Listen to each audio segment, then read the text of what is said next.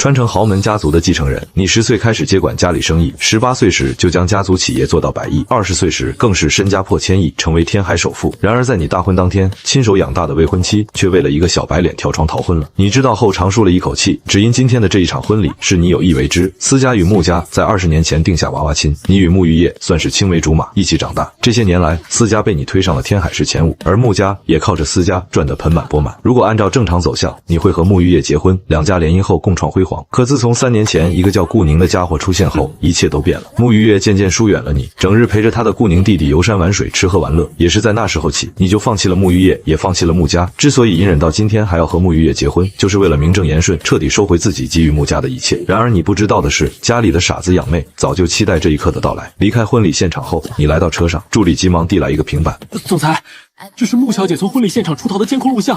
你点了点头，随手划开视频。助理小声道：消息已经被我们封锁了，我也派人跟上了穆小姐，现在要去把她追回来吗？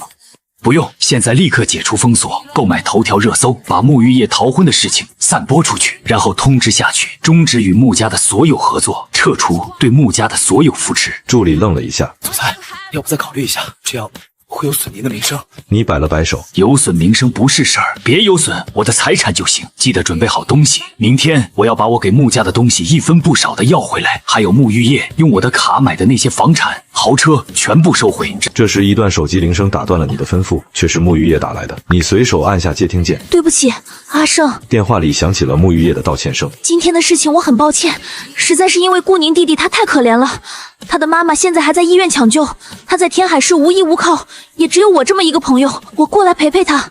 我答应你，等阿姨脱离危险后，我立刻就回来和你结婚。你笑了笑问道：穆玉叶，我有一点搞不懂，顾宁的妈妈抢救和你有什么关系？难道她是你失散多年的母亲？可我记得陈婉晴才是你亲妈，而且她也在婚礼现场。穆玉叶顿了顿，思胜，你一个大男人，说话能不能不要那么阴阳怪气？顾宁的妈妈也是我干妈，我干妈在做手术，我陪陪她有错吗？你肯定没有错，错的是我。明知道会是这样，我还要多嘴问那么一句，是我太贱了。等你干妈手术好了，记得通知我一下，我派人给她送个大果篮，感谢她一声。穆玉叶皱了皱眉，你这话是什么意思？是在威胁我吗？我不是都答应你手术结束后回来和你继续结婚吗？你能不能不要再无理取闹了？我最讨厌那种小肚鸡肠的人了，我不希望我未来的老公会是那种人。你的脑袋有些懵，完全不知道自己哪里无理取闹，又哪里小肚鸡肠了。你是真的很感谢顾宁的妈妈，要是没有她，穆玉叶也不会那么干脆的逃婚。那么你就要动用第2套方案，那时候自己肯定要少拿回几亿，甚至10几亿的钱。你看到有新的电话，请求接入。我这边来电话了，等改天有空再聊。你挂断了和穆玉叶的通话。陈姨，你找我有事。来电的正是穆玉叶的妈妈陈婉晴，也是你妈妈最好的闺蜜。你跑哪儿去了？你笑道：还能去哪？我当然是回家了。陈婉晴愣了一下，你没有去找玉叶吗？你眉头一皱，我干嘛要去找她？陈婉晴脱口而出，她可是你的新娘，你不去找她吗？你有些无语了。陈姨，她已经逃婚了，那她就不是我的新娘了，你明白这个道理吗？陈婉晴顿了顿道：小夫妻闹点矛盾很正常的，你去哄哄她不就好了吗？玉叶很好哄的，你说几句好话，给她买点小礼物，她就不生气了。闻言你是真的无语了，真不知道这些人的脑子里到底装的是什么？难道在他们眼里逃婚是什么很小的事情吗？摇了摇头，你直接挂断了电话。天海市高级私人医院，穆玉叶穿着一身特别定制的婚纱，站在抢救室门口翘首以盼，一旁的顾宁一脸的担忧之色。玉叶姐，你这样跑出来，胜哥真的不会生气吗？穆玉雪笑了笑，不会的，我了解他，这么多年来，他从来没有生过我的气。而且我已经和他解释过了，只要干妈脱离危险，我就回去和他结婚。他是一个非常有格局的男人，怎么会怪我呢？而你这边刚回到家门口，两排佣人齐齐弯腰行礼。你一脸微笑的挥手致意，都老熟人了，大家真没必要这么客气。每次回家你们都出来迎接，也挺累的，搞得我都有些不好意思了。佣人们齐齐喊道：我们不累，大少爷才辛苦。你尴尬的笑了笑，这么二逼的迎接模式，自己说是佣人们自发的，肯定不会有人信。但事实就是如此，你只是按时发工资，又多给了一些福利，这些人就自发的每天站门口迎接自己。都散了吧，每个人都找管家领红包去。佣人们齐齐躬身，谢谢大少爷。刚回到客厅，一个17、18岁的少女就冲了过来，你本能的伸手按住了女孩的脑袋。思念慈，我和你说过很多次，不要拿头撞我，很疼的，你知道吗？思念慈摸了摸自己的额头，表示自己不疼。你嘴角抖了抖，不断暗示自己不要和傻子一般见识。这个思念慈是你3岁时父母收养的孤女，说是给你做个伴，养到3岁的时候还不会说话。一开始所有人都以为她是大脑发育慢，直到等养到7岁，才知道这丫头不是大脑发育慢，而是个脑残。那时父母要把她送回孤儿院，是你决意把她留下的。养了7年，就算是一条狗也有感情了，况且她还天天跟自己屁股后面叫哥哥。念慈，乖，哥哥还有工作。思念慈眨了眨天真的大眼睛，紧紧抓着你不放手。王妈，你快来把她带走。管家发完红包进来，回了一句：大少爷，王妈她儿媳妇生了，辞职回老家带孙子去了。你心中叹了一口气，王妈在这家里干了10来年，也就她能带得了思念慈，她这一走不要紧，自己可咋办？你只能无奈的摇头。刘管家，你现在立刻去把庄园大门的密码换了，还有去把沐浴液的东西收拾一下，派人即刻送回穆家。刘管家躬身领命，3年了，终于能光明正大的把沐浴液赶出去了。每天看着一个顶着自己未婚妻的名头，却一直和别的男人卿卿我我的女人，你不心烦那是假的。不过现在一切都解脱了，钱马上也能全部追回。想着想着，你只觉得眼皮越来越重，随后坐在沙发上就这么睡了过去。身后，思念慈天真的大眼睛里闪过一丝狡黠。传输17年，知道这17年我是怎么过来的？我可是作者创世神啊！狗屁世界规则竟然限制我的自由，逼我当傻子。还好姐姐我有系统，现在剧情已经进入正轨，沐浴液逃婚。只要等我这憨货哥哥醒悟，认识到自己的错误，用真心把沐浴液追回来，我就可以完成第1个剧情任务，收取契约，也能摆脱规则束缚，变成正常人了。另一边婚礼现场，宾客们早就不耐烦了。这婚到底还结不结了？谁知道啊，时间都拖成这样了。我们的时间难道就不是时间吗？要不是看在司总的面子上，我早就走了。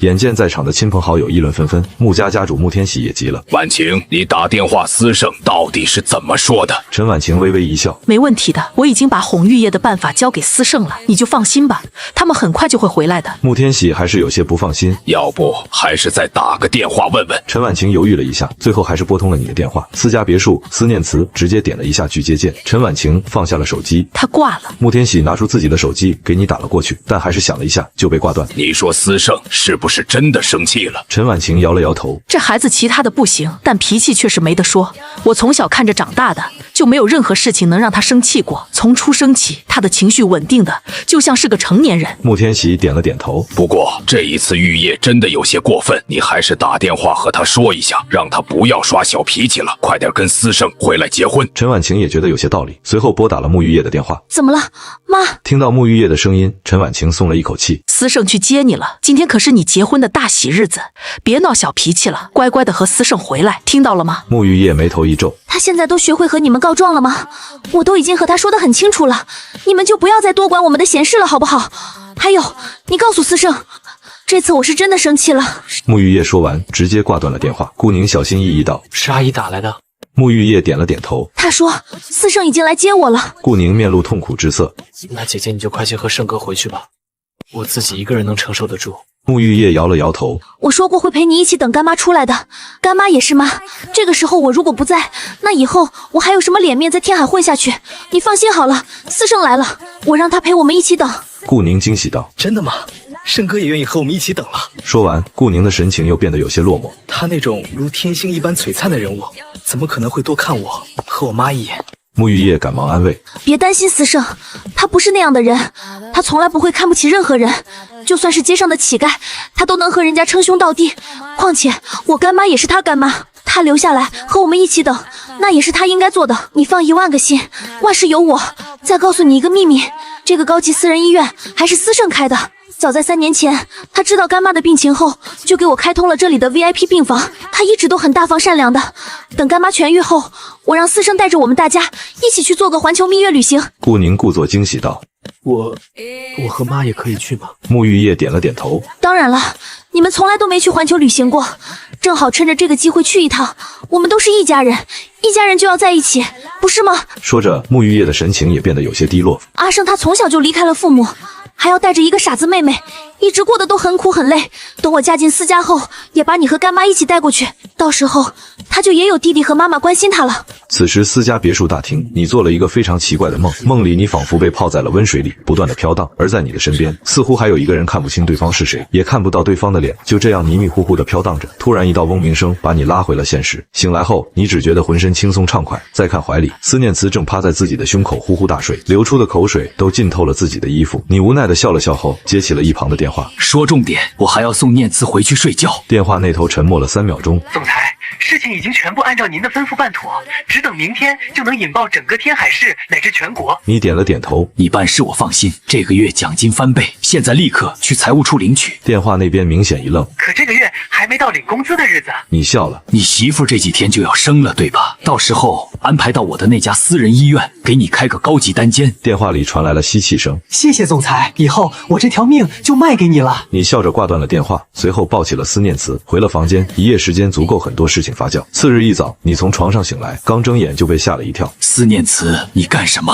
快点下来！窗台上，思念慈收回了半边身子，回过头，眨着水灵灵的大眼睛，看着思念慈呆傻的样子，你松了一口气。你个傻丫头，到底什么时候才能学乖呀？难道真的要这样子把你关在家里养一辈子？思念慈从窗台上直接朝着床上跳了过去，你被迫伸手迎接，砰的一声，思念慈一头撞进你的怀里，顿时疼得你龇牙咧嘴。你真的很无奈，仅仅1天，你就已经开始怀念王妈了。洗漱后，你赶紧离开了这个家。刺氏集团总部大楼总裁办公室，你打开头条新闻热搜榜，果然已经变成了虽天海首富婚礼，新娘逃婚，追从热搜榜第1到第10，全是有关天海首富被逃婚被绿的消息。你看的嘴角都快压不住。这时，前岳父穆天喜打来了电话，你退出新闻界面接通。阿胜啊，那新闻热搜是怎么回事？你没有封锁消息吗？你笑道。我干嘛要封锁消息？穆天喜愣了一下。这可是关乎你私家颜面的大事，你现在想办法撤掉热搜还来得及。我为什么要撤掉热搜？穆天喜又是一愣。难道你一点都不在乎私家的名声？你恍然大悟，原来你是担心我私家的名声啊！这点你可以放心，名声在外有好有坏，我从来不在乎别人说什么。倒是你穆家，想想怎么给我一个满意的交代吧。穆天喜不解道：我穆家要给你什么交代？是你自己没把玉叶追回来，难道还能怪我穆家不成？你闻言惊呆了，真是搞不懂这穆家人的脑子到底都是怎么长的，为什么一个个都如此奇葩？穆天喜，你到底知不知道你自己在说什么？是你穆家的穆玉叶和别的男人私奔逃婚，怎么反倒还怪起我来了？穆天喜立刻反驳：玉叶他和你从小就有婚约，早就是你私家的人了。从他住进你私家开始，他的事情就不归我穆家管了。你自己看不住他，那是你的问题，怎么能来怪我穆家呢？你瞬间震惊了，原来穆家人竟然是这种想法。如此说来，是自己误会他们了。他们的脑子其实很聪明，早就认定穆玉叶是私家的人了。他们只管拿好处，不管穆玉叶的死活。不正常的那个人反而是自己，竟然把他们这种豪门家族当普通人看。在他们看来，穆玉叶就是个商品，在肚子里的时候就已经卖给了私家。明白过来后，你释然了。你们不承认穆玉叶是穆家人，那更好，把这些年我送给穆玉叶的东西都整理一下，我等下亲自来取。穆天喜还想说什么，但电话已经被挂断。这思胜是怎么回事？怎么感觉他像变了个人？一旁的陈婉晴有些担忧。如今谣言满天飞，我担心思胜真的会做出什么傻事，要不要把玉叶叫回来？穆天喜正要说话，忽然手机传来震动，接通后只听到里面传来了焦急的声音：穆总，不好了，思氏集团经导单方面撤走了对我们新开发项目的100亿投资，我们穆氏的股价已经跌停，市值蒸发了超过10亿。穆总，你快想想办法吧。穆天喜手一抖，手机掉到了地上。婉晴，快打电话给玉叶，让他立刻给我滚回来，我去准备一些厚礼，然后亲自去给思胜赔礼道歉。还有，立刻对外宣布，穆家要为思胜补办婚礼，这一次就算是用铁链捆着，也要让他们2个完婚。陈婉晴也听到了穆家即将破产的消息，吓得她马上拨通了穆玉叶的电话。私人医院高级病房，穆玉叶接通后有点不耐烦了：妈，你怎么又打电话了？是思胜又去找你了吗？你告诉他，我很快就回来了。陈婉晴尖声道：无论你现在在什么地方，我限你30分钟内赶回穆家，否则我就当没你这个女儿。穆玉叶眉头一皱：是不是思胜他威胁你了？陈婉晴犹豫了一下：是的，现在思氏对我们撤资，并停掉了和我们所有的合作，我们穆家快破产了。你爸说让你快回来，我们给思胜补办一场婚礼，危机才能度过。沐玉月愣了一下，他没想到思胜现在变得这么小气，为了让他回去结婚，竟然用出这么卑鄙的手段。不过他那也是因为太爱自己了。他转头看了一眼床上还昏迷不醒的妇人，叹了一口气：妈，你放心吧，我现在就给思胜打电话解释一下，他肯定会停止这些恶作剧的。思氏集团总部大门，你刚刚上车，电话就响了起来。看是沐玉月打来的，你摇头轻笑，想必是自己这般动作让他感到害怕来道歉的吧。可是，一切从3年前那一天开始就已经晚了。若非为了布局拿回曾经给出去的一切，根本就没必要拖到现在。虽然你很有钱，但毕竟是好几十亿。从10岁接手家族生意开始，后面赚的每一笔都是自己的血汗钱，谁也别想从你这里白拿走一份。你接通后直接说道：你应该都已经收到消息了吧？我现在正在赶往穆家，等一会儿见面后聊。自己想收回东西，当事人到场自然是最好的，到时候账目一目了然，也不会有什么分歧。沐玉叶心道：果然，妈妈让自己回去，而思胜现在去穆家，时间刚好能碰上。这一切都是思胜自导自演的小把戏。不过自己答应过顾宁，要等干妈醒来再走。思胜知道自己要给他补办婚礼后，应该很开心吧？自己再等等，他应该也不会怪自己吧？好吧，那你先过去，我晚一点应该就能回来。你在穆家等等我，这一次算我错了，你也别生气了。等我回家一定好好的补偿你。你闻言愣住了，自己现在可是去穆家清算的，如果沐玉叶不回来，有些东西还真不好拿回来。不过无所谓了，今天先去把大头拿回来，剩下那点让公司法务的人去要，总能一分不少的要回来的。那行吧，你先忙你的，等以后有机会了再聊。说着，你挂断了电话。成哥，昨天让你准备的东西都准备好了吗？前排助理拍了拍自己的文件包。总裁放心，所有资料都带了，保证您今天可以拿回属于自己的东西。你办事我一直都很放心，医院那边我已经打过招呼，你现在就让你老婆住进去吧，那里有最好的护工，能更好的照顾她，你也能放心，跟着我东奔西跑。程辉感动的点了点头，谢谢总裁，我这就安排人送她过去。30分钟后，汽车停在了穆家庄园门口，跟着你一起下车的还有一排均高1.8米、体重200斤的壮汉保镖。出门在外难免磕碰，多带些保镖能少很多麻烦。穆家的佣人自然是认识你的，远远的就打开了大门。快去通知老爷，是姑爷回来了。你走进穆家庄园，一路到了客厅。穆天喜和陈婉晴带着穆家小少爷穆谦早就等在客厅。阿胜啊，我这正准备去找你呢，我已经让你妈叫玉叶回家了，她应该马上就能到。你心头一惊，我妈在这儿，快让她出来见我。我倒想问问，她5年前为什么不辞而别？还有那老登一定也回来了对吧？快让她出来见我，我要和她单挑。穆天喜尴尬的笑了笑，你误会了，不是你妈，是婉晴，岳母也是妈，不是吗？你眉头一皱，陈姨什么时候成我岳母了？你可别睁眼说瞎话，我可不是你家姑爷。陈婉晴上前拉住你的手，阿姨知道你还在为昨天的事情生气，不过你们这都是迟早的事情，早点叫妈，晚点叫妈，我都能接受。你浑身一颤，起了一身鸡皮疙瘩，立刻抽回了手。这个回头再说，你们应该已经收到我私事撤资和你们断开所有合作的消息了吧？穆谦这时跳了出来，姐姐说让你别再搞这种恶作剧了，否则他就真的不理你了。你扭头看向程辉，他说是恶作剧，难道你只是口头吓唬他们？程辉摇了摇头，我非常确定以及肯定，我们的资金已经回到公司账上，而且也出了通告，停止了和穆家的一切合作。您不信可以自己查一下。你立刻拿出手机查了一下，随后松了一口气。穆小弟，你就别出来闹了，大人说话，小孩别插嘴。对了，这些年你姐刷我的卡，给你买了不少好东西吧？快去翻翻你的零花钱，看看够不够还给我，别到时候没钱还了哭鼻子。穆谦歪头瞥了你一眼，送给我的东西怎么还能要回去呢？你摸了摸穆谦的脑袋，你以前给我分了2颗糖，我都吃了，后来你不是还找我要回去了吗？我为什么不能也找你要回我的东西？况且那都是你姐没有经过我的同意，用我的钱给你买的，我拿回来也是天经地义，不是吗？穆谦愣了一下，给我的东西你休想拿回去！说完他就跑了。这时穆天喜笑道：阿胜啊，你就别逗他了，如果他当真去玉叶那里哭诉，你也免不了一顿豪哄。你嘴角抽了抽，穆家主，你不会是觉得我在开玩笑吧？穆天喜一脸的微笑，童言无忌嘛，咱们也都不是小孩子了，没必要因为小孩的一句话闹什么矛盾，免得徒增笑话。你无奈的摆了摆手。程辉会议从包里取出来一叠资料，穆总，这是这些年穆小姐的花费清单，每一笔都记录得清清楚楚，还请您过目。顺便把上面的钱结一下。穆天喜接过清单，快速翻到最后，手一抖，清单掉落在地。3个亿，怎么可能有这么多？玉叶他搬去私家还不到5年，我们每月给他10万的零花钱，他都花不完，他怎么可能花掉你3亿？你笑了，他花的一直都是我的钱，你们给的自然花不掉啊。前2年倒也不是很多，这大头可都在后面了。穆家主，你怕还不知道吧？你女儿拿着我的卡，带着她那小白脸弟弟四处游山玩水，还给人家买名表豪车。她花在小白脸弟弟身上的钱，可比穆谦这个亲弟弟多了100倍哦！别发呆了，快还钱吧，省得我去法院起诉。穆天喜摇头道：“不可能，这钱是你自愿给玉叶花的，怎么还能要回去？”你挠了挠头：“我什么时候说过我是自愿的？当初我给穆玉叶开通副卡的时候，已经在合同上注明，这张卡的所有消费都是我暂借给穆玉叶。如果他后面和我结婚领证，那这部分欠款将作为夫妻共同欠款被抵消。可问题是，他逃婚了，所以现在这笔花费依旧是他的欠款。”穆天喜忽然松了一口气，这钱是他穆玉叶花的，凭什么我穆家来还？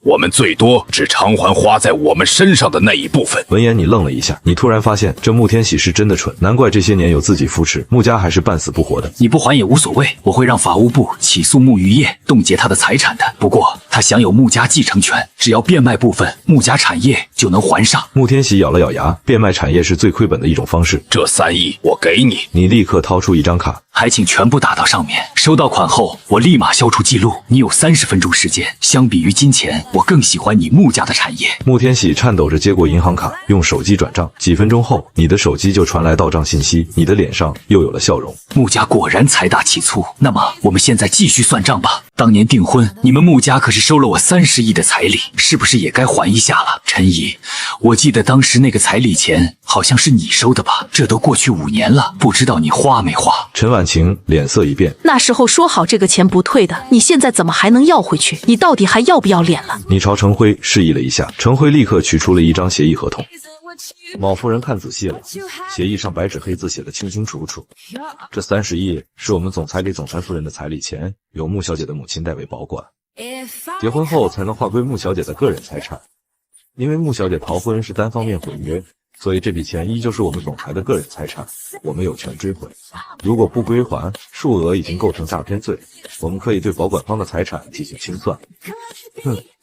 穆氏集团是穆家主与穆夫人的共同财产，我们可以清算你们的共同财产。陈婉晴吓得一哆嗦，可我现在没有30亿啊，那些钱已经被我投入穆氏产业了。你笑道，那正好，我们追回这笔钱的时候，顺便还能收取这笔钱这些年产生的所有利润。陈怡可真是好人啊，提前5年就开始帮我投资赚钱了。等这笔钱追回，我一定请陈怡你吃饭。陈婉晴愣了愣，忽然想到了什么，是不是只要你和玉叶结婚，这笔钱就可以不用还了？你点了点头，理论上是这样，结婚后这笔钱就是穆玉叶的私人财产，他愿意给谁就给谁。不过很遗憾，他自己亲手毁约，所以我只能说抱歉了。陈婉晴仿佛抓住了救命稻草一般。你们不是还可以再结婚吗？这一次由我穆家来给你和玉叶补办婚礼，今天就办，马上办。你摇了摇头，我什么时候说过要补办婚礼了？陈婉晴愣了一下，玉叶说的，他说等他回来就给你补办婚礼，难道你不愿意娶她了吗？你平静的点了点头。其实从3年前起，我就已经不愿意娶她了。如果不是因为前面早就定下的婚约，我也不会等到现在。你们不是青梅竹马，两小无猜吗？20年的感情，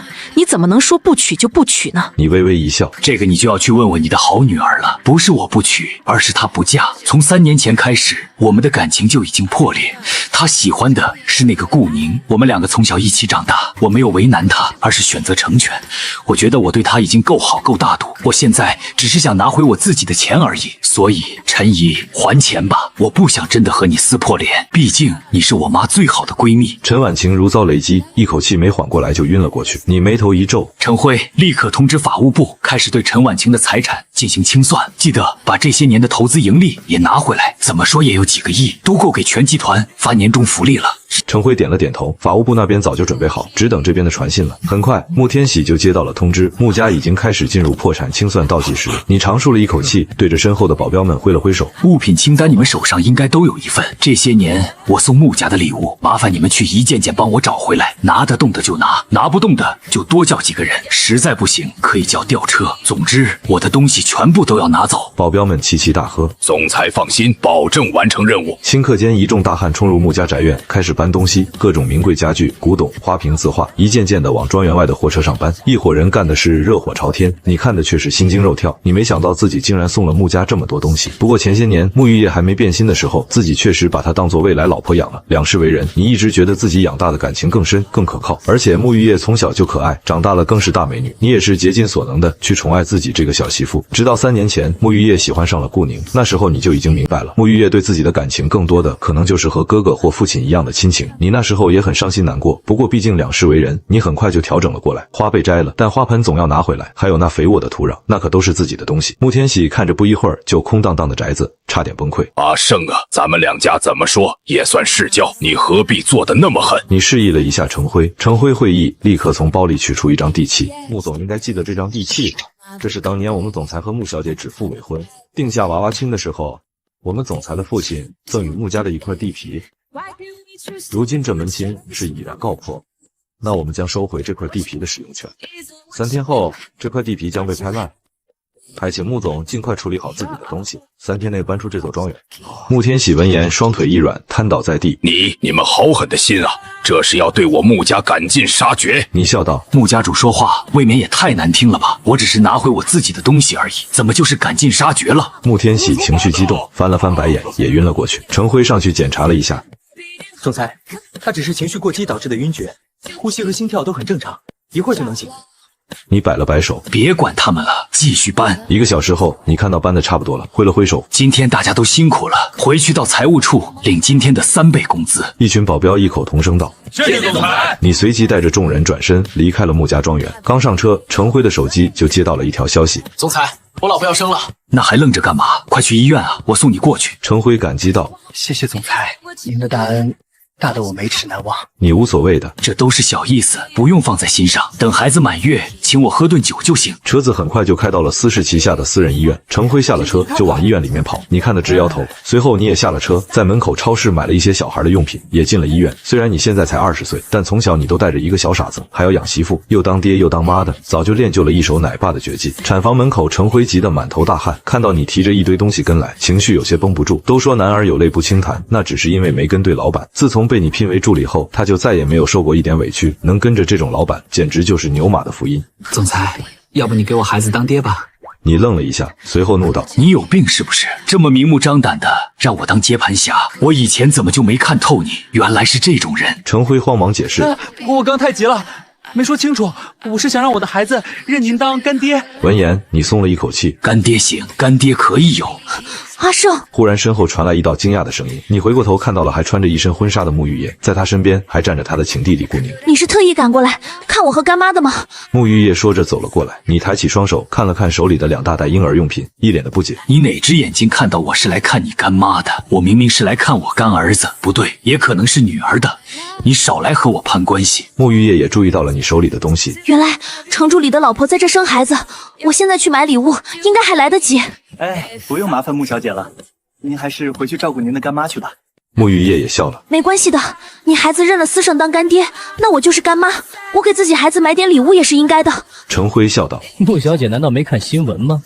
您逃婚的事情已经传遍全国了，我孩子的干妈只能是总裁夫人，儿女。”看到程辉戏谑的笑容，穆玉叶立刻打开了手机，随即就被淹没在了无数网友的评论中。因为被曝常年与其他男子出入各种娱乐场所、酒店、酒吧，还有主动逃婚的视频，全网都在抨击他，各种咒骂、恶搞短视频铺天盖地。穆玉叶只是看了一会儿，手机就滑落到了地上。阿胜，不是这样的，我没有出轨，我没有对不起你，你是知道的，每一次我都会和你解释的。你点了点头，穆玉叶心中一喜，上前抓住了你的手。只要你相信我就够了，我们现在就回去完成婚礼，我会出面澄清一切的，绝对不让别人给你扣绿帽子。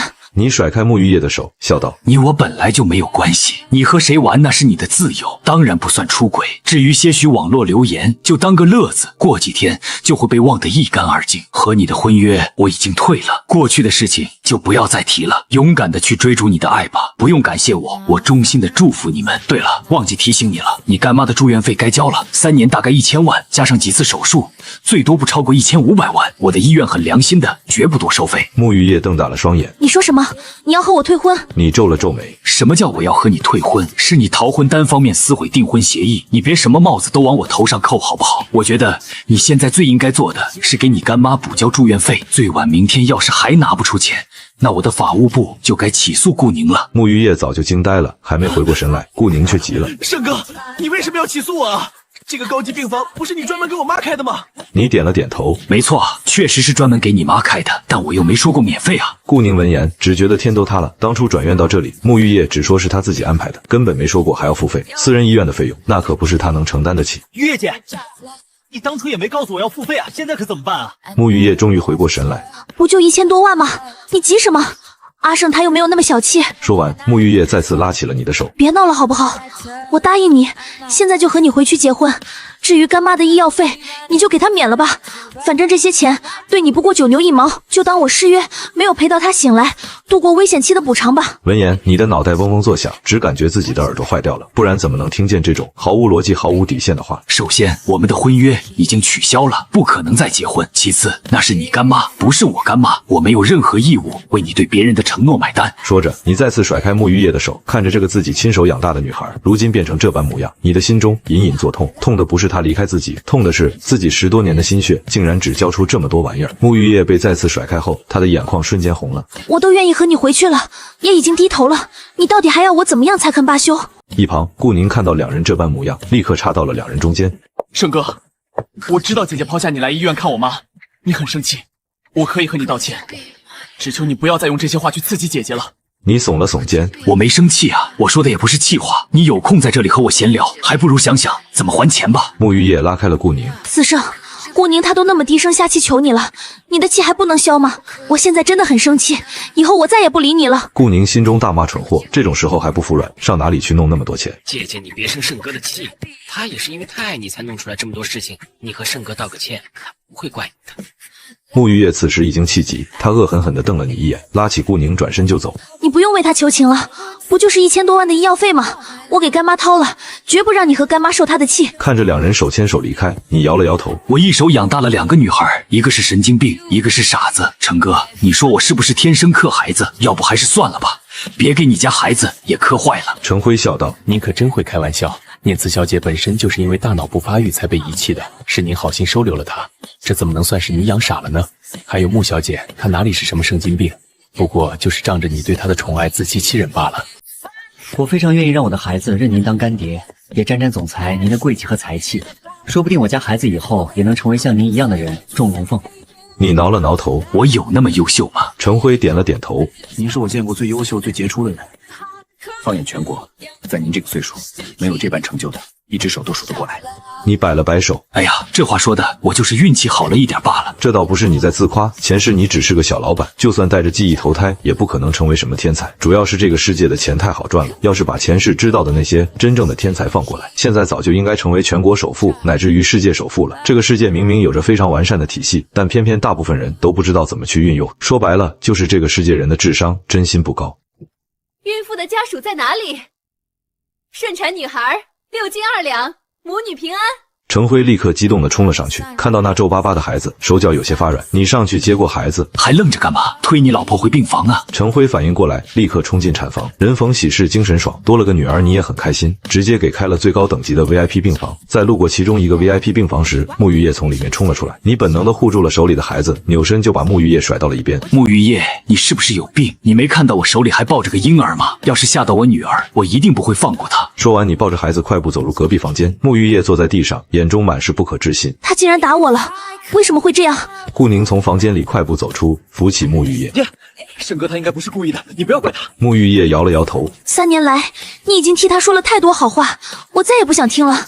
我们还是先去缴费吧，不能让他们把干妈的药给停了。顾宁点了点头，和沐浴液去了缴费处。不一会儿，缴费人员把一张金黑色的附属卡递了出来。小姐，您的这张卡已经被销户。沐浴液瞪大了眼睛。怎么可能？这张卡我都用了5年了，怎么会被销毁？一定是司胜干的，我要去问问他到底怎么回事。沐玉叶提着婚纱跑回你前面进去的那个病房，还不等他推门，你就已经从里面出来了。沐玉叶，你杵在门口干嘛？这里面有刚生完孩子的产妇，还有婴儿，你要胡闹，还请换个地方。沐玉叶咬了咬嘴唇，把你拉到了隔壁病房。看到床上的妇女，你笑道：“这就是顾宁的妈妈吧？也就是你的干妈？不对，应该是你未来的婆婆才对。干妈加婆婆，亲上加亲，一定会很幸福的。”沐玉叶瞪眼道：“她只是我的干妈，永远都不可能成为我婆婆。我要嫁的人只有你。”你有点没搞懂沐玉叶的逻辑，你到底什么意思？忽然你恍然大悟，我知道了，是不是顾宁的老婆不同意离婚啊？这个你放心，我派人调查过了，他们都还没到法定年龄结婚，也就是在老家走了形式，再等2年，他年纪够了，你直接和他领结婚证，到时你们就是合法的。沐玉叶眉头紧锁，你说顾宁老家已经娶妻？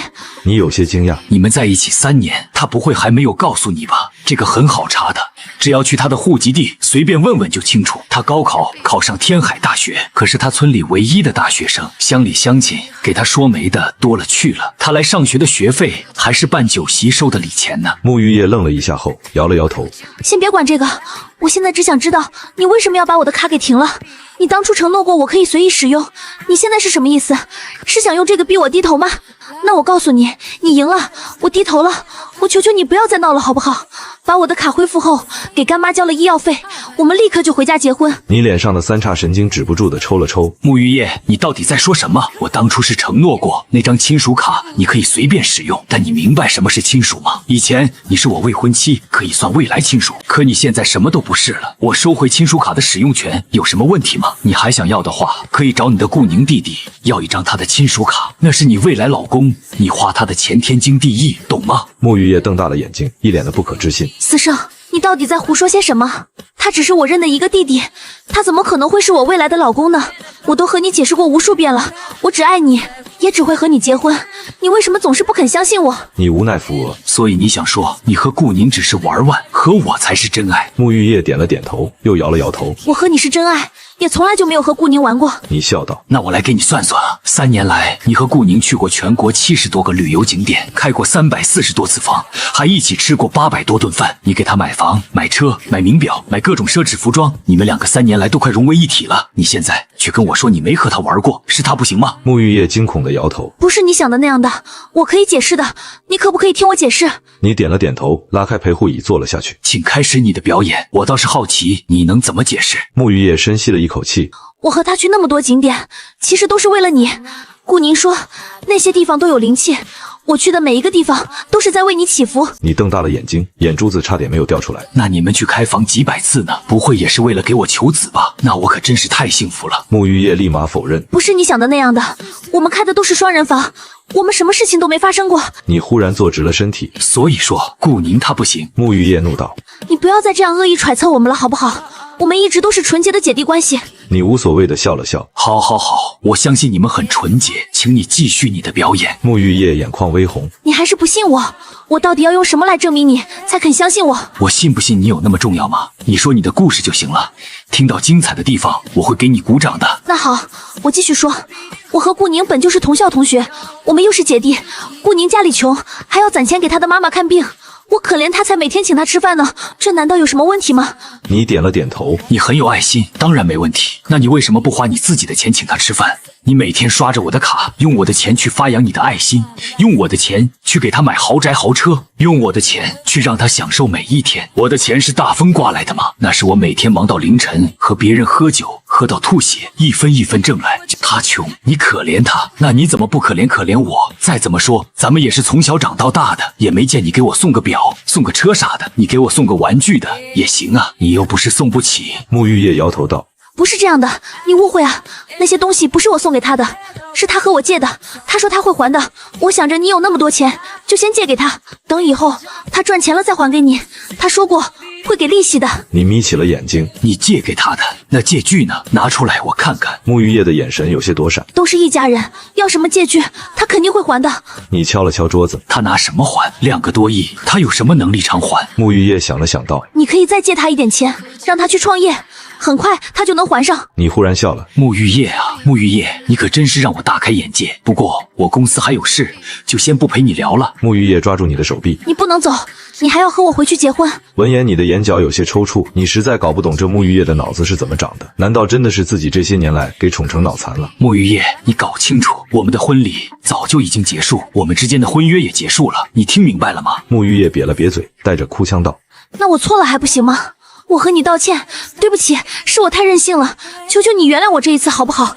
我们回家马上就结婚，这一次我一定不会再跑了。你又一次抖开沐浴液的手。我前面已经和你说过，我们的婚约取消了，你逃婚的那一刻起，我们的婚约就已经结束了。沐浴液摇头道：就算没婚约，我们一样可以结婚啊，重新定个日子不就好了？你纠结那个婚约干嘛？你挠了挠头，觉得沐浴液说的还挺对的，普通人确实不需要考虑那么多。看到你停下思考，沐浴液心中一喜，决定来个乘胜追击。退一万步讲，就算婚约取消了，我们还是指腹为婚呢。我们的婚事是你妈妈20年前亲口许下的，你家都已经给过聘礼了，这是无法改变的事实。你这时候忽然笑了。我已经去你家把聘礼都给要回来了，所以指腹为婚这个说法已经不成立了。沐浴液闻言惊了。你说什么？那你把穆家庄园的地也都要回去了？你把地收回去，我爸妈和我弟弟怎么办？他们住哪里？你摊了摊手。那和我有什么关系？天海到处都有卖房子和出租房子，找个地方住又有何难？沐浴液用无辜的眼神看着你。你真的要做到这种地步吗？你就不怕我真的离开你？你平静地摇了摇头。该怕的人从来都不是我，而是你，还有穆家。你干妈醒了，你该去照顾她了。说完，你扭头打开了房门，门口还站着一脸微笑的顾宁。以后她就交给你了，希望你也可以把她当作浇花。当然，更重要的是，快点交钱吧！我衷心的祝福阿姨能痊愈。说完后，你扬长而去。今天你可以说是双喜临门，不仅拿回了自己的钱，还多了个女儿。该去找个先生算算，给女儿取个和自己不冲的名字。不过自己以后可不能再宠溺这个小丫头，要是养成和沐浴液一样的脑残，那可真就废了。病房里，沐浴液来到病床前，鞠了个躬。干妈，对不起，我答应过阿生，只要你醒了，我就回去和他结婚。我先走了，等以后有空再来看你。顾宁走进来，一脸的苦涩。姐姐，你要是走了，那我妈的医药费该怎么办啊？沐浴液笑道：不用担心，我家里现在正忙着给思胜补办婚礼，等我回去结完婚拿到那笔钱，立刻就把医药费打过来给你。顾宁顿时一脸希冀。谢谢姐姐，这些钱就当是我借的，我以后一定会还给你的。沐浴液拍了拍顾宁的肩膀，我相信你可以的，加油。说完，他提起婚纱，快步朝医院外跑去。可等跑到门口，才发现你早已消失不见。穆家已经在给他们筹备补办婚礼了。他觉得你一定是去穆家了。穆家庄园大门口，沐浴液下了出租车。往日里非常热闹的庄园，今日却显得格外冷清。平日他走到门口，必然有佣人前来迎接，然而今天一个人都没有。难道是他们都在准备给他和思胜补办婚礼？肯定是这样的。沐浴液本来暗淡的脸上瞬间有了光，提起婚纱朝庄园内跑去。可当他来到宅院门前，整个人都呆住了。没有佣人，没有婚礼，什么都没有。爸妈，弟弟，你们去哪了？沐浴液冲入宅院，看到空荡荡的屋子，心中涌现一股悲凉。我的大鱼缸呢？我和阿生一起养的那2条锦鲤呢？还有我们一起种的茶花，为什么都没了？到底是谁拿走了我的东西？沐浴液赶紧跑进了大厅，只见全家人都坐在大厅里，一个个脸色铁青。穆天喜语气冰冷：你总算知道回来了。沐浴液眉头微皱，到底发生了什么事情？为什么我们家里变得空荡荡的？我和阿生的东西为什么都没了？你给我闭嘴！穆天喜怒喝一声：你还有脸提？你是怎么敢在思胜婚礼上逃婚的？谁给你的胆子？你难道不知道他是什么身份？你和他相处了20年，难道还不知道他的手段有多狠？沐浴液后退了2步，神情满是惊恐。你的意思是说，这些都是阿胜干的？我不信，你们一定是在骗我。我们在一起20年了，我比你们都了解他，他不是那种小肚鸡肠的人，就算我犯了再大的错，他都不会怪我，更不会报复我。陈婉晴捂着额头，你不信也没办法，这就是事实。他不仅拿走了他曾经送来的仪器，更是追回了你花他钱买的所有东西，连你的彩礼，还有他爹当年给的聘礼地皮都收回去。我们穆家已经破产了，什么都没了。说着说着，陈婉晴又开始头晕，最后靠在椅子上不断的喘息。沐浴液一脸的不可置信：不会的，一定是你们搞错了，他不会对我这样的。以前无论我做什么，他都从来没有生过气。我这就去找他，问清楚这到底是怎么回事。他转身就冲出了庄园。1个小时后，私家庄园大门前，密码错误，请重新输入，指纹解锁失败，面部解锁失败，警报，入侵警报。沐浴液试了所有办法，都无法打开这个大门。你的私事集团是目前国内智能研发的领头羊，光就这一个智能锁就已经遥遥领先国内水平。触发警报后，沐浴液立刻后退了几步，他知道警报后会有电击。刘管家，你在吗？我是你们少夫人，可不可以给我开个门？庄园内的刘管家早就知道，不过大少爷吩咐过，不能放沐浴液进来，他也不敢违抗。穆小姐，你还是走吧，大少爷说了，没有他的准许，外人不能踏入庄园一步。沐浴液灵机一动，念慈，我是玉叶嫂子，你能不能来给嫂子开个门？在池塘边遛鱼的思念慈眼里出现了惊讶之色，然后让我那偏执哥哥彻底认识到自己的错误，痛改前非，狠狠的追求吗？难道是我记错了？可这是我自己写的剧情，我怎么会记错了？青梅竹马20年，历经磨难考验，最终走到一起，多么完美的结局啊！只不过这个沐浴液从小到大总针对我，我都不知道，原来我笔下的女主这么讨厌。唉，真是委屈了我那傻哥哥。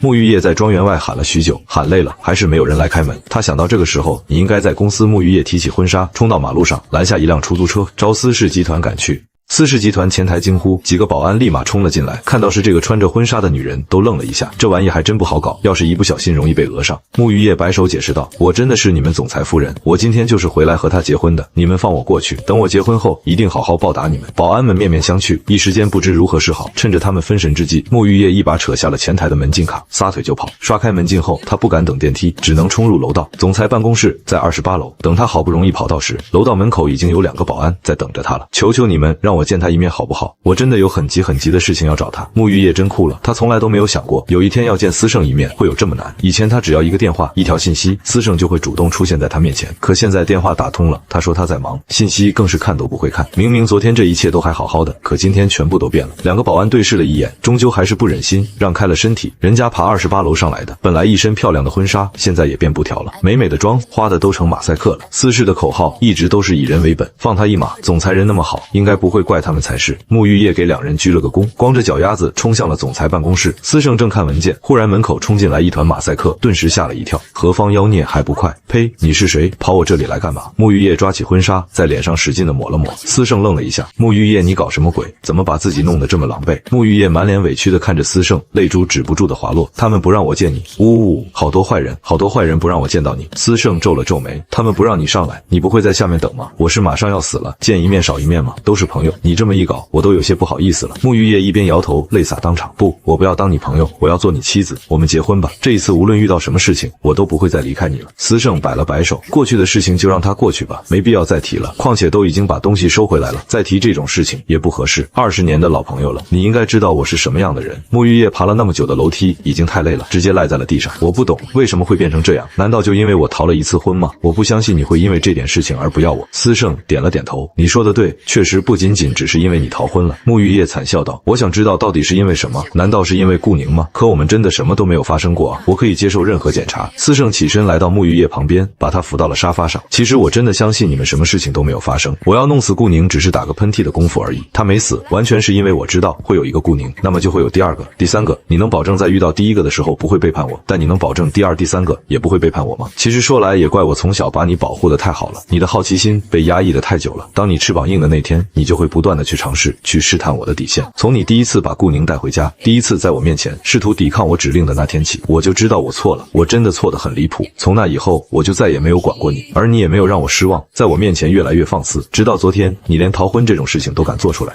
你根本不是因为那所谓的干妈而逃婚，你只不过是在享受那种抵抗我的快感罢了。当我彻底放弃你后，你没了假想敌，你感觉到了空虚，导致你疯狂的想要回到我身边。沐浴液神色巨变，疯狂摇头道，不是这样的，我从来没有把你当作假想敌，从我懂事那年起，我就已经认定你了。我还在你面前说过，等我长大了一定要嫁给你。我天真的以为任何事情都无法把我们分开，是我高估了你的忍耐限度，也低估你的决心。我知道错了，我好害怕失去你，能不能再给我一次机会？从今往后我一定听你的话，处处以你为中心。我的眼里心里也只装着你。司胜笑了笑，抓起桌上的纸巾递了过去。那你可有想过，未来以何种身份出现在我身边？你应该不会觉得你还能做我的妻子吧？沐玉叶愣了一下，为什么不可以？司胜叹了口气，哎，算了，你永远都无法明白，用心血浇灌的鲜花被人偷走的那种感觉，永远都回不去了，知道吗？即使再无瑕的美玉，在满是裂纹的镜头下，它也是破碎不堪的。沐玉叶用懵懂的目光看着司胜，我不懂你说的是什么意思，但我知道我一定让你伤透了心，我会用行动来弥补你的。眼见无法劝说，司胜也懒得再去理会，直接走出了办公室。沐玉叶随后追了出来，你要去哪里？司胜想了想道，当然是回家，小傻子还在家里等我呢，也不知道他现在是在池塘里捞鱼，还是在草坪上打滚，没有王妈的日子我可怎么活啊？沐玉叶目光微闪，我可以帮你照顾念慈，我和他是一起长大的，彼此都熟悉。司胜翻了下白眼，你可拉倒吧，你应该说你们两个都是我带大的，很明显他是个傻子，你也差不到哪里。闻言沐玉叶忽然笑了一下，原来司胜说的一点都没错，自己一直都在试图抵抗他。如果是以前自己听到这个消息，肯定会毫不犹豫地跑去医院，因为那样他会觉得自己找到了逃离牢笼的借口。可现在他却一点都不想去了，别人的死活与他何干？那里不是牢笼，那里是家，离开那里从来都不需要什么借口，回去才要。顾宁，你欠他的该还了。顾宁愣了一下，姐姐你在说什么？我听不懂啊。沐玉叶笑了笑道，你从我这里借走了几个亿，你说过会还的，你忘记了吗？顾宁眼神有些飘忽，犹豫了一下，还是没有挂断电话。可我刚收到短信提醒，我名下的那些东西都已经被追回了，我不欠他了。沐玉叶想起了自己在病房里和司胜极力辩驳的话，顿时感觉自己真的有些好笑。他收回去是他的事情，你从我这里借的钱，当然要从我这里还回去。顾宁咬了咬牙，还想再挣扎一下。姐姐说的对，可我现在确实没有钱。你不是说过会让胜哥给我一笔钱创业吗？只要他能给我投资创业，我一定可以很快就还上钱的。沐玉叶鄙夷道，你一个每天只会哭哭啼啼、软弱无比的软脚男，你有什么能力创业？就凭你也配住豪宅开豪车？那些名表奢侈品牌的定制服饰穿在你身上，简直就是在侮辱那些东西。赶紧还钱，连带利息总计2亿3千万，我给你1个小时的时间，还不上钱，我就把你剁碎了喂狗。听到这个噩耗，顾宁的手一抖，直接挂断了电话，回头看了一眼还亮着灯的手术室，咬了咬牙，扭头就跑。本来那里面的就是一个重症患者，自己让他配合演戏，让他多活了3年，就算现在死了也值了。反正他顾宁不能死。沐玉叶是什么人，他很清楚，那就是一个凶狠的心理变态。每一次他去祈福，都让自己举牌跪1天，狠的时候1天1夜都有可能。每一次去开房更过分，都把自己绑起来，戴上个写着司胜2字的头套，用鞭子疯狂地抽打自己，一边打还一边咒骂，问自己司胜为什么不理他了，为什么不紧张他了。沐玉叶就是一个彻头彻尾的疯子，一边想着各种办法借口离开司胜，等司胜真的不管不问了，他又崩溃的来打自己泄愤。自从3年前自己签下那份给他当弟弟的协议开始，每天都活在了噩梦之中。他甚至想让自己和那个演员妈成为他的陪嫁，一起嫁入司家，让自己去给司胜当弟弟，给司胜营造一个完美的家庭氛围。为了阻止这种恐怖事情发生，他一边要装无辜，不断说好话，维护2人之间的关系，一边拼了命的想办法阻挠他嫁入司家。以前沐玉叶可能还会顾忌被司胜发现，不敢做的那么明目张胆，可现在司胜不要他了，那他肯定会把所有仇恨都算在自己头上，所以跑路才是最明智的选择。被顾宁挂断电话，沐玉叶嘴角扬起了一抹冷笑。这些年他跟着司胜，多多少少也是学了些手段，在外面自然也培植了一些自己的隐藏势力。一个没有备注的号码拨出，说了几句后挂断了电话。紧接着沐玉叶脸色一变，光脚朝着电梯跑去。总部大楼门前，沐玉叶一头钻进了司胜的专车里。我没有钱，穆家马上就要被你推平了，你家又不让我去，以后我就住你车上了。20年的交情，你应该不会见死不救，对吧？司胜呲牙想了想道，我可以给你租个200块的小房间。沐玉叶摇了摇头，不够，那我吃饭怎么办？这么多年我已经吃惯了家里的味道。司胜皱眉想了想，我可以资助你2箱泡面，什么海鲜的、牛肉的、酸菜的，你想吃哪种口味都行。你都20了，可以出去找工作养活自己了。当然你也可以选择回穆家，虽然他们现在被清算，但变卖一切后应该还能剩下一些，不过你要做好回去会挨打的准备。沐玉叶还是摇头，我要去你公司上班，你们开的工资比其他老板高。司胜嘴角抽搐了一下，虽然我很善良，但你可别得寸进尺，不然连朋友都没得做。沐玉叶点了点头道，你知道的，我的学习成绩一直都很好，我想去你公司面试，你也不用给我开后门，如果面试不通过，我就去当保洁，如果通过了，你不能故意卡我。司胜摸了摸鼻子，心头一个不成熟的计划成型，你要是真的有才能，可以帮我赚钱，我自然是欢迎你的。恰好穆家清算后，我会接手很大一部分穆家产业，刚好需要人打理。闻言沐玉叶低下了头，你这是在羞辱我吗？司胜笑了笑道，我还不至于小气到那种地步，只不过是你穆家大小姐的名头，还能唬唬人罢了。你要是不想来，可以不来，我不强求。沐玉叶抬头看着司胜的眼睛，你真的是这么想的？司胜点了点头，错开了目光，终究还是心软了，自己一手养大的人，总不能真丢在外面饿死吧。穆家那部分产业就当自己的诀别礼了。此后桥路两归，碧园小区送沐玉叶去到出租屋后，司胜丢下一些钱，转身就走。虽然嘴里说的绝，但他还不至于真的只给租200的房子，当然他也只是给交了3个月的的房租，不可能再长期养着他。第3个红绿灯路口，只听见咔嚓一声，门被开了，一个身着红衣的女人钻了上来。司胜都懵了，前面是沐浴液，现在又是这个不知道什么地方冒出来的家伙。他的车就那么的好上吗？你他妈的谁啊？我等红灯你就上我车。其实他还有一句没说，他讨厌这种逃婚的女人，不爱不答应就是了，为什么非得等结婚当场跑路？这是明显的不负责任，不尊重另一方的做法。这种人品低下的女人，再漂亮司胜都不会多看一眼。眼见挣扎无果，女人脸上露出了委屈的表情，求求你放我走，我真的不能再被抓回去了。司胜恍然大悟，忽然出手，一手拽住了女人的左手，一手把她的头按在了车门上。原来你还是逃犯，那你今天可算是栽了，我正愁怎么顶掉我的负面消息呢，你就送上门了。女人都吓傻了，我不是逃犯，我真的不是逃犯啊，你放开我，我的手好疼啊。司胜撇了撇嘴，你害怕报警，害怕再被抓进去，你不仅是逃犯，你他妈的还是惯犯。小姑娘年纪轻轻不学好，你这种骗完婚拿了彩礼就跑路的我见多了，是不是看我这是豪车，觉得我有钱？你是不是以为卖点惨我就会上当，成为你的下一个目标？这一次你失误了，我可是5好杰出青年，最喜欢打击你这种罪犯。女人都懵了，她搞不懂自己真的只是想躲一躲，什么叫看他开豪车就把他当做下个目标？明明是这个路口就一辆豪车，不对，是一辆车好吧？可万万没想到会遇上这么一个5好杰出青年。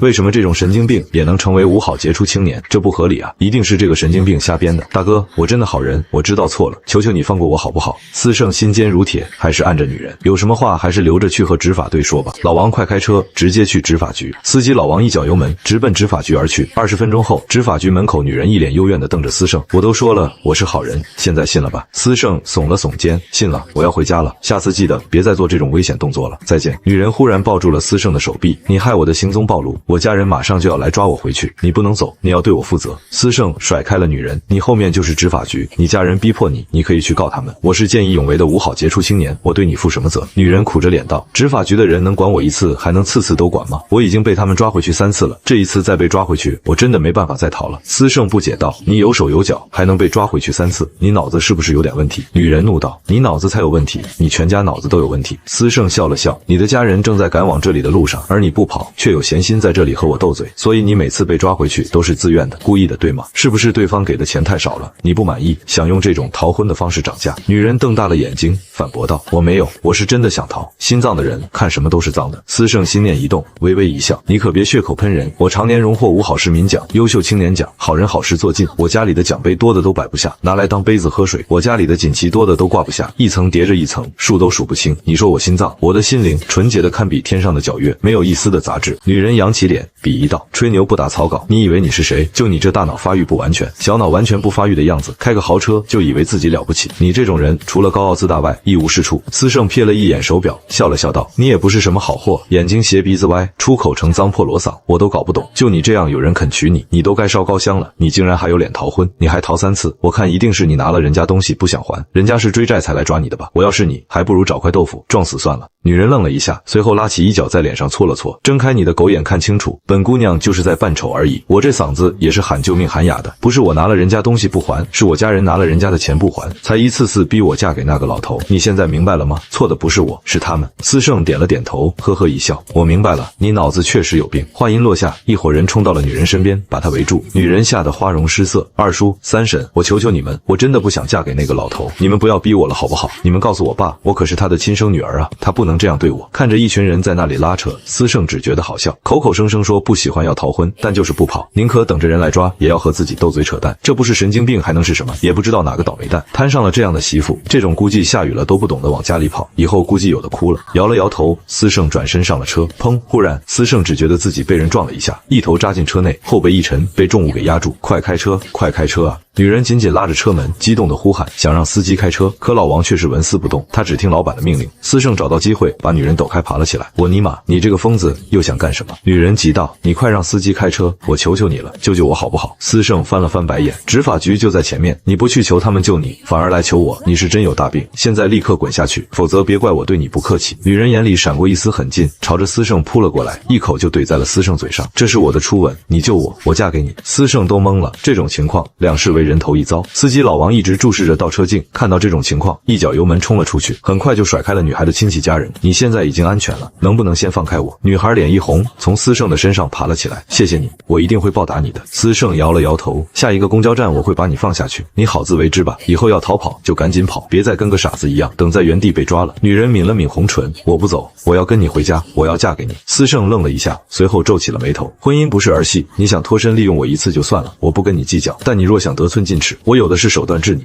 女人瘪了瘪嘴，泪花在眼睛里打转，反正都要被逼着嫁人，嫁给那个老头，我还不如嫁给你，起码你很年轻，还很帅，我真的快要被他们逼死了，求求你，救救我。司胜摇了摇头，求救的办法有很多，你不需要赌上自己的一辈子。如果天海市容不下你，你可以远走他乡，这个国家那么大，去什么地方都能生存下去，要逃为什么不逃远一点，逃去他们找不到你的地方。女孩正了正神，随后摇头道，我不能跑太远，我妈瘫痪在床，还需要我照顾，而且每月的护理费都要数万，我无力支付，只能回去求我爸爸，可他却要逼我嫁给他的一个合作商，才能答应给我妈妈缴医药费。那个合作商已经快50了，家里还有老婆，但没有孩子，就想让我给他生。我逃了一次又一次，但我放不下我妈妈。司胜恍然大悟，原来事出有因，难怪他不跑。你爸确实有点狠，你就没想过告他吗？赡养妻女是他的义务，他这种已经算买卖妇女了。女孩摇了摇头，神情苦闷，没用的，他和我妈离婚10多年了，我如今也成年了，他不需要负任何义务责任，他也没有逼迫我，只是用我妈妈的医药费为手段让我就范。你能坐这种豪车，你一定很有钱，只要你能帮我支付我妈的医药费，我可以嫁给你。了解前因后果，司胜眉头舒展，我确实有助人为乐的好习惯，但我是一个商人，商人逐利，你可以说说你能给我带来什么价值？当然，这个价值肯定不能是所有人都可以做到的。女孩眼中有了曙光，心思转动，像结婚生娃这种是个女人都能给到的价值，这种富家公子肯定不稀罕。年轻貌美的女孩每一天都有，新鲜劲过了自己就会被踢开。我学习成绩很好。司胜微微一笑，这个好像不是什么难得的东西吧？女孩急忙摇头，我是天海市高考状元，现在是天海重点大学大一学生，我每年都能拿奖学金，我可以赚钱的，只要你帮我，以后我赚的钱全部都给你。闻言，司胜在车匣里抽出了2张湿巾，在女孩脸上擦了擦，哟呵，还真是高考状元，沈清哥啊，去年我还让人提前去招聘你，被你一口回绝，想不到你也有今天。沈清哥愣了一下，去年招聘，去年高考出成绩后，有很多公司来招聘我，你是哪家的？司胜耸了耸肩，司氏集团，那个第一个被你淘汰出局的。沈清哥脖子一缩，一脸的尴尬。我如果说我妈妈当时在抢救，我情绪很激动，你会不会相信？司胜笑了笑道，现在说这个还有什么意义呢？我这个人从来都相信机会只有一次，当初你对我司氏弃之敝履，那可都是上了头条新闻的。高考状元不看好司氏集团未来，可是让我的股价跌了10多亿，前面就是公交站，希望以后不要再见了。沈清哥低下了头，嘀咕道，司氏损失和你有什么关系？搞得好像你损失了一样，资本家的走狗。司胜一把捏住了沈清哥的下巴，你看清楚我是谁？沈清哥瞪着大眼睛，咽着口水，但怎么也想不起来对方是谁。前面开车的老王通过后视镜看到2人的情况，笑了笑道，沈小姐，你是第一个敢当着我们总裁面骂他是走狗的人。沈清哥扒开了司胜的手，一脸惊恐之色，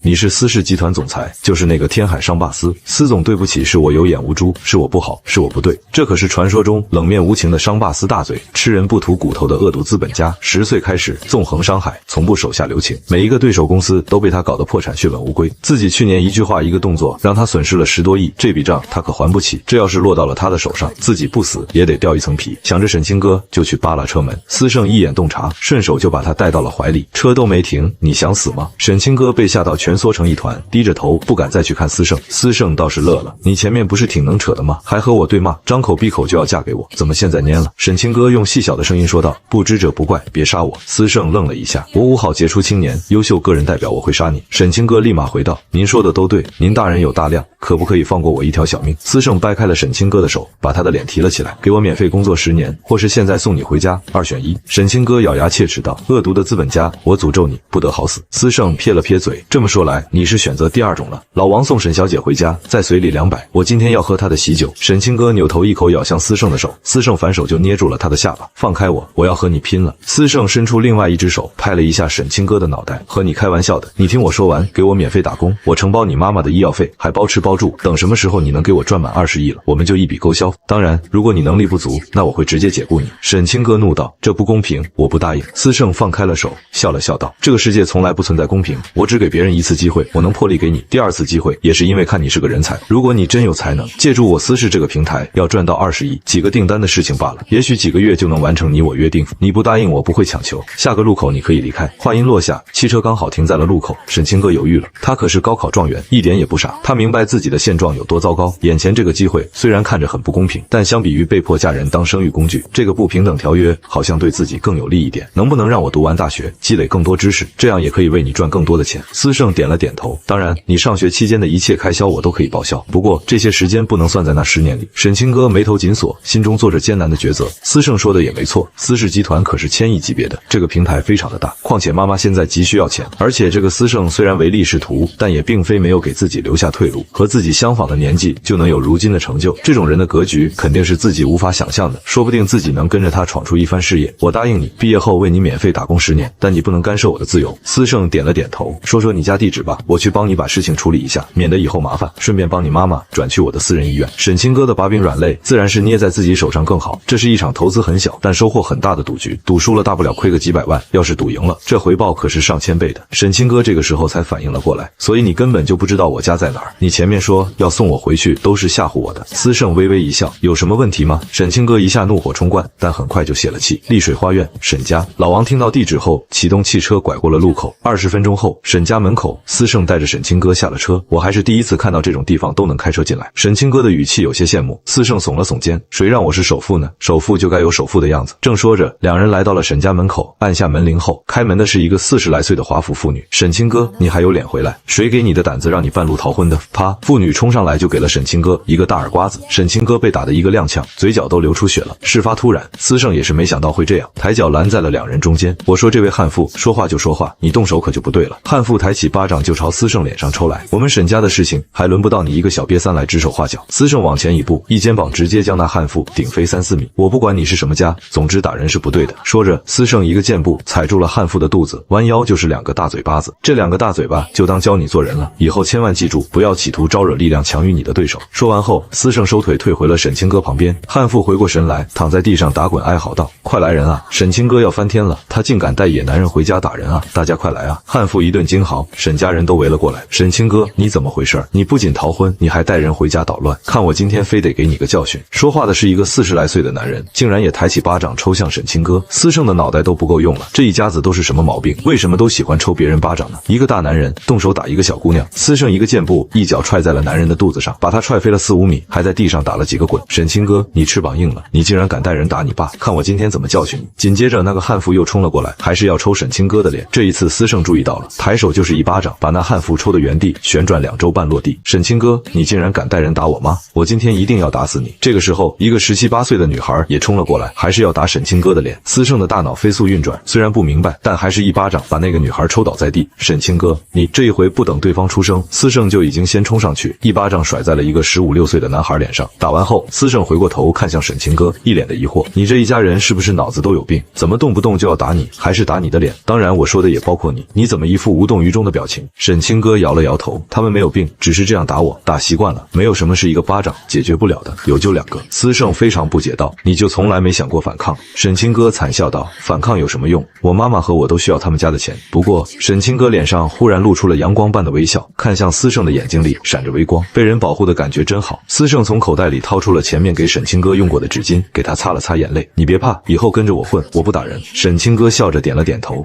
沈家一家子被打了一顿，各自都老实了，围成一堆。沈清歌，你给我等着，黄老板已经带人过来了，你今天无论如何都要嫁过去给黄老板生孩子。对，黄老板那么有钱，还答应你生一个就给你10万，这么好的老板你上哪找去？你不感谢我们就算了，还让人打我们，你这个白眼狼，白瞎了。我们沈家对你那么好，如果还想要我们给你那个残废妈出医药费，你现在就立刻跪下来给我们磕头道歉，然后乖乖跟黄老板回去给他生孩子。沈清歌忽然踮脚在司胜脸上亲了一下，随后转身一脸得意道：非常抱歉让你们失望了，这位是我的男朋友，也是我未来的老公，以后他会给我妈出医药费，我也只给他生孩子，你们还想利用我去给你们和黄家铺路，别做梦了。司胜嘴角抽了抽，想解释一下，沈清歌跳起来抱住了他的脖子，用嘴堵住了他的嘴。几秒钟后，沈清歌红着脸小声道：帮帮我，用我男朋友的名义教训他们一顿，这样执法队那边才好解释。司胜瞬间领悟，如果有沈清歌男朋友的这层身份在，那么他给沈清歌出面就会很合理，就算是再打他们一顿，到时候去执法局也有合理的理由，刑事案变为民事纠纷，花2个钱就能解决。果然还是大学生的脑子好用，虽然以他现在的身份根本不需要这样，不过人家小姑娘都这样要求了，那就先依着他。随即司胜顺势搂住了沈清歌的腰，帮你一次加5亿。沈清歌瞪大了眼睛，一脸的不可置信，无良的资本家你怎么不去抢？司胜笑了笑道：我现在就是在抢啊，你没看到吗？沈清歌咬了咬牙，既然已经决定抱上司氏这条大腿了，欠20亿也是欠，欠20 25亿也是欠，以后的事情以后再说，现在先爽了再说。好，但你一定要狠狠地教训他们，最好一次性把他们摁死。我心里爽了，就多给你赚5个亿。说着，沈清歌又在司胜嘴上亲了一下。老公他们都欺负我，要把我送给一个老头当生育工具，你可一定要为我做主啊！我的命真的太苦了。看着沈清歌那拙劣的演技，司胜差点没笑出来。不过为了5个亿，他还是配合了起来。你说什么？他们竟然敢这样对你，我一定要让他们付出惨痛的代价。说着，司胜掏出了手机，点了一下特殊警报按钮。几十米外的2队保镖收到信号，直接冲沈家而来。作为千亿总裁，他的保镖都是24小时轮班制的，平常时候不出现暗中跟着。沈家人没等到黄老板，反而等来了一群墨镜大汉，顿时都吓得瑟瑟发抖。司胜摆了摆手，怎么打不用我教你们了吧？保镖们会意，一窝蜂的冲上去，对着沈家人就是一顿拳打脚踢。沈家4人疼得满地打滚哀嚎，浑身好几处关节脱臼。这些保镖是经过特殊训练的，知道怎么打很疼，但伤不重。打完一顿后，立刻又将4人身上的关节复位。司胜挥了挥手，原地解散隐藏。接到指令，保镖们呼啦啦一下全部散开，化作了路人，聊天的聊天，看风景的看风景。这样你满意吗？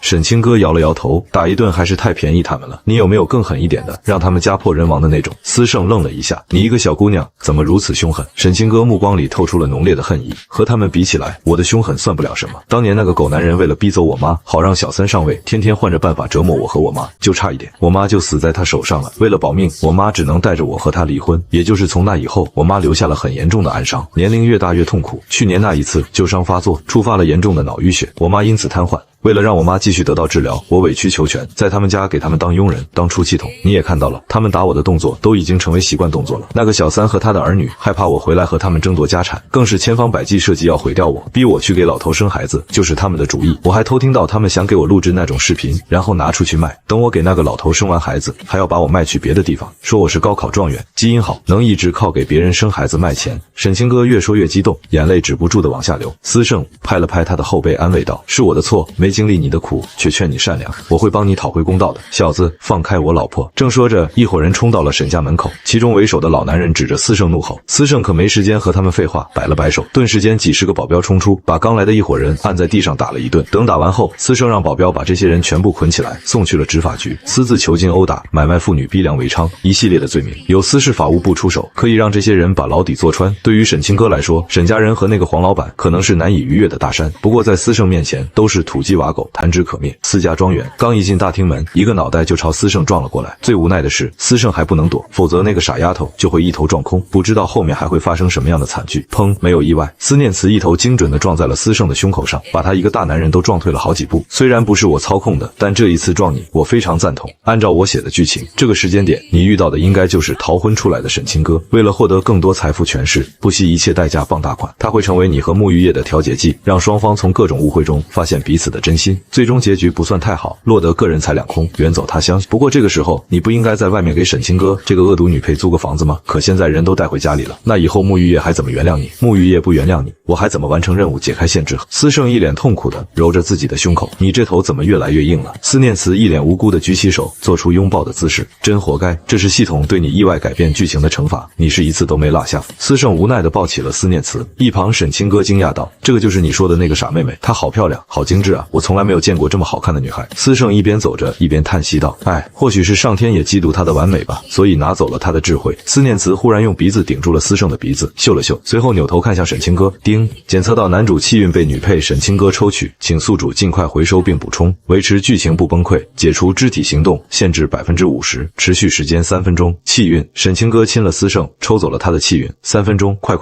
忽然思念慈伸手拉住了沈清歌，在他嘴上狠狠地啃了一口，几秒钟后一扭头朝着司胜啃去。思念慈的动作让沈清歌愣住了，呆呆的脸色微微发红。司胜一把按住了思念慈的头，解释道：“他的感官非常灵敏，应该是在我嘴上闻到了你口红的气息，他以为是什么好吃的，所以也想尝尝，你不会介意吧？”沈清歌红着脸摇了摇头，不介意，我可以理解，我当时太着急了，演戏给别人看的，你也千万不要误会。司胜笑了笑道：“不用解释，互惠互利，我都懂。”思念慈啊，臭司胜，死司胜，你快放开我，就一下，让我亲一下就行，我给你补充气运，你别不识好歹。看着张牙舞爪的司思念词。司胜无奈地叹了口气，不准动，更不准亲我，听到了吗？沈清歌在一旁笑了笑道，他现在模仿我亲你的样子，真的好可爱啊！你要不满足一下他的好奇心？司胜白了一眼沈清歌，你知道你在说什么吗？沈清歌笑嘻嘻道，你这当哥的让妹妹亲一下怎么了？我要是有这么可爱粘人的妹妹，我天天让她亲都没关系。司胜狠狠瞪了沈清歌一眼，你滚一边去，他的事情不需要你多嘴。沈清歌缩了一下脖子，拉起了行李箱。刘管家司大少安排我住哪里？刘管家伸手一引，穆小姐刚搬走，房间还有人气，不潮不霉，换个床单沈小姐就能入住。沈清歌愣了一下，刘管家转头看向司胜，就是那个逃婚的沐浴液吗？我逃婚可以理解，他逃什么婚？住他住过的房间是不是会变傻？耶！司胜随口回道，他不愿意住就让他去别的房间吧，家里其他房间空太久了，你明天让人统一进行打扫消毒。闻言，沈清歌立马拉起行李箱，跑向了沐浴液曾经住过的房间。这可是曾经的女主人住的房间，肯定是非常舒适的。他又不傻，放着现成的不要，非得去住发霉的地方。虽说他以前过的都是苦日子，可现在抱上大腿了，也该苦尽甘来了。刘管家笑了笑道，沈小姐这性格倒是活泼可爱，比穆小姐更阳光了许多。司胜点了点头，一个生活在逆境中的人，他有足够的韧性，也懂得如何给自己阳光，让自己快乐一点。通知下去，不用给他任何特殊待遇。刘管家躬身领命，只不过心里却在嘀咕，嘴巴说不用给特殊待遇，一来就给安排了上房，那可是主人级别的待遇。如果这个沈小姐能聪明乖巧一点，或许有机会成为这家的女主人。思念词闻言，心态都炸裂了。什么叫逆境中成长起来的，更懂得给自己阳光？我给她的设定明明是爱慕虚荣，经历贫穷后想努力攀上高枝，嫁入豪门。按照剧情，她逃婚后利用我那傻哥哥，各种作妖破坏沐浴液和他两人之间的关系，而我那傻哥哥被蒙在鼓里，等看清他的真面目后懊悔不已，最终跪在沐浴液面前忏悔了3天3夜才被原谅。果然，男人都是一根筋的动物，都是蠢货。刘管家离开后，司胜抱着思念词坐了下来。念词，我是哥哥，不能亲，知道吗？思念词挣扎了起来，时间不够了。臭司胜，死司胜，你解开我说话的限制啊！狗系统。司胜无奈了，他记得思念词以前明明不这样的，以前的思念词那是纯傻，一愣一愣的，可现在的思念词会折磨人了。或许是以前他还小，自己能用看小孩的目光去看待，每天抱着玩一玩，逗逗小傻子挺开心。但现在他长大了，再有几个月就成年了，女大必妇，更别说他这个哥哥了。想着，司胜拨通了一个电话，王妈，你能回来吗？我给你开3倍工资，你要带孙子，你可以把全家人都带过来，我这里房间够住。对，就是因为念慈大姑娘了，我现在照顾不了她了，她又不要其他人。你说什么？念慈赶你走的？怎么可能？嘟，看着被挂断的电话，司胜有些懵逼，看向思念慈的眼神也变得有些怪异。念慈，你不喜欢王妈？思念慈停下了挣扎，完了，时间到了，我又不能控制身体了。王妈那是我赶走的吗？那是系统赶的，和我有什么关系？司胜沉思了一下，忽然明白了过来，后面这几年自己确实忙于工作，很少回家陪思念慈，都是王妈在带他。他应该是以为没有王妈，自己就会多陪他一点，所以开始排斥王妈的照顾。这种小屁孩的心理真的很好猜，却也很无奈。既然他已经开始排斥王妈，那再叫王妈回来就没用了。你都臭了，我让小兰姐姐给你洗澡好不好？思念慈疯狂摇头，该死的系统，你都压制了我17年了，连洗澡这种最基本的权利都不给我吗？那小梅姐姐呢？她很温柔的。思念慈还是摇头。司胜想了想道，那新来的青哥姐姐给你洗澡怎么样？思念慈犹豫了一下，点了点头。狗系统，你什么意思？你让恶毒女配给我洗澡，你到底安的什么心？丁，补充气运任务失败，惩罚灵魂电击10秒，系统将接管宿主身体，强制让剧情回归正轨，惩罚电击灵魂。17年了，第一个任务就上这种强度，我新手上路不给个优惠吗？啊，臭司胜，我恨死你了！你害我任务失败，你等我解开限制，我一定10倍100倍偿还。10秒钟，为什么这么久？狗系统，是不是你在坑我？大厅中，司胜长舒了一口气，总算是搞定了一件难事。思念慈的感知力极为敏锐，任何心思不纯的人都无法靠近他。可能是因为亲了沈清歌，他对沈清歌的第一印象不错。想通后，司胜抱着思念慈去到了沈清歌的房间，刚推开门就看到沈清歌在准备小衣服。你进来干嘛？你不懂得敲门吗？司胜微微一愣，下次一定可不可以麻烦你帮念慈洗个澡？从王妈走后，他已经几天没洗过了。沈清歌笑了笑道，小事情没问题，包在我身。司胜交代了2句，把思念慈放了下来，退出了房间。沈清歌立马跑了过来，捏住了思念慈的脸，好软好可爱。思念慈打掉了沈清歌的手，以后不准再亲他。沈清歌愣了一下，眼里闪过一丝惊奇，你这是在警告我你喜欢你哥哥？思念慈顿了一下没有回答，转身走向浴室。沈清歌心中燃起了某种火焰，立刻跟了上去。许久后，两人洗完出来，沈清歌拉着思念慈的手，满眼期待道，告诉我吗？你是不是喜欢你哥哥？你一直都是在装傻对不对？你怕他知道后就不喜欢你了对不对？思念慈扭头看向沈清歌的眼睛，眼里开始闪烁诡异的光芒。几秒钟后，思念慈，你怎么在这？不对，我怎么在这？也不对，我们怎么在这？沈清歌看着两人都裹着浴巾，一时间有些不知所措。他明明只记得自己在收拾衣服，准备洗澡小的，怎么一转眼就洗完了，而且还是和思念慈在一起。思念慈没有理会，直接走出了房间，然后上了楼，拧开了一个门把手。狗系统，你干什么？你快住手啊！浴室里，思胜正吹着口哨唱着歌，刚打上洗发水，就见一个人影冲了进来，在你的心上自由的飞。卧槽！思念慈，你在干什么？一声惊呼，思胜死死地抱住了只裹着一条浴巾的思念慈。思念慈张牙舞爪撕扯着思胜，根本就不管浴巾已经脱落，要不是有思胜死死地抓着，那就是坦诚相见了。傻哥哥，你放手啊！你让系统把那气运送回去，让你可爱的妹妹我过点好日子行不行？你知不知道灵魂电击有多痛？赶紧收手吧，我的傻大哥！思胜无奈，只能抱起思念慈出了浴室，刚想打开柜子拿衣服给思念慈换上，不过手还是顿住了，最后打开门，朝着楼下喊道：“沈清哥，你上来一下。”沈清哥不明所以，本能的走了2步，但很快就止住了脚步。这里是私家，虽然是内厅，除了管家，其他佣人不能进来，可也不是他裹着一条浴巾能乱跑的。沈清哥，你怎么还没来？再次听到思胜的呼喊，沈清哥也顾不得其他，转身朝楼上跑去。等他打开门，看到思胜只挂一丝，紧紧地抱着疯狂挣扎的思念慈，一时间脸红，心跳加速。他长这么大，还是第一次看到一个男人的全貌，不知道为什么，心中总是忍不住要去探究。你还看，还不快来抓住他！沈清哥愣了愣神，跑过来抱住了思念慈。思胜脱身后，赶紧穿好外套，从柜子里取出了一套裙子。你记住，这个房子里每一个大主卧内都有一个衣柜，专门存放念慈的衣服。下一次帮他洗完后，记得给他穿好。如果再有这种情况发生，那你也不用跟着我混了。沈清哥四处打量了一下，看见思胜那还有泡泡的头发，这才明白了过来，应该是思念慈上楼找哥哥，强闯浴室，把思胜吓到了。有这么一个不省心的傻妹妹，这大总裁估计也不好受吧？好嘞，思大少，我下次一定注意。思胜闻言，出门下楼，进了1楼主卧。沈清哥把思念慈按到了床上，给她换好衣服。思念慈心中已经笑翻了天，狗系统，你不是挺牛逼吗？你自己10分钟都搞不定，就给我3分钟失败了还电我，你现在是不是要自罚电击1分钟？叮，检测到宿主无能，未来无法完成任务，系统解绑中，解绑进度99%、98%、97%、95%。特别提示：系统解绑后，完美躯体破碎，宿主灵魂消散，永远不可重生。思念慈心中狂笑戛然而止。那年高考，他没日没夜的刷题，兼职赚生活费，最终年纪轻轻就溺死在了知识的海洋里，灵魂重生进了这一个他自己写的小说之中。因为多出的灵魂影响了世界规则运行，导致他被规则所化的系统禁锢，直到昨天沐浴夜逃婚，小说故事线才真正展开。只要所有故事主线顺利完成，这个世界就会化作真正的平行世界。规则认为它不会影响世界运转，就会逐渐松开对他的禁锢。作为对创世者的补偿，他将在这个世界用思念慈这个完美的躯体真正重生。不要，我不要死，这不公平！明明是你限制了我的自由，才导致我无法完成任务的，为什么所有惩罚都要算在我的头上？丁，宿主想要公平，是否剥离宿主完美重生的机会？人类最大的公平就是都只有一条命。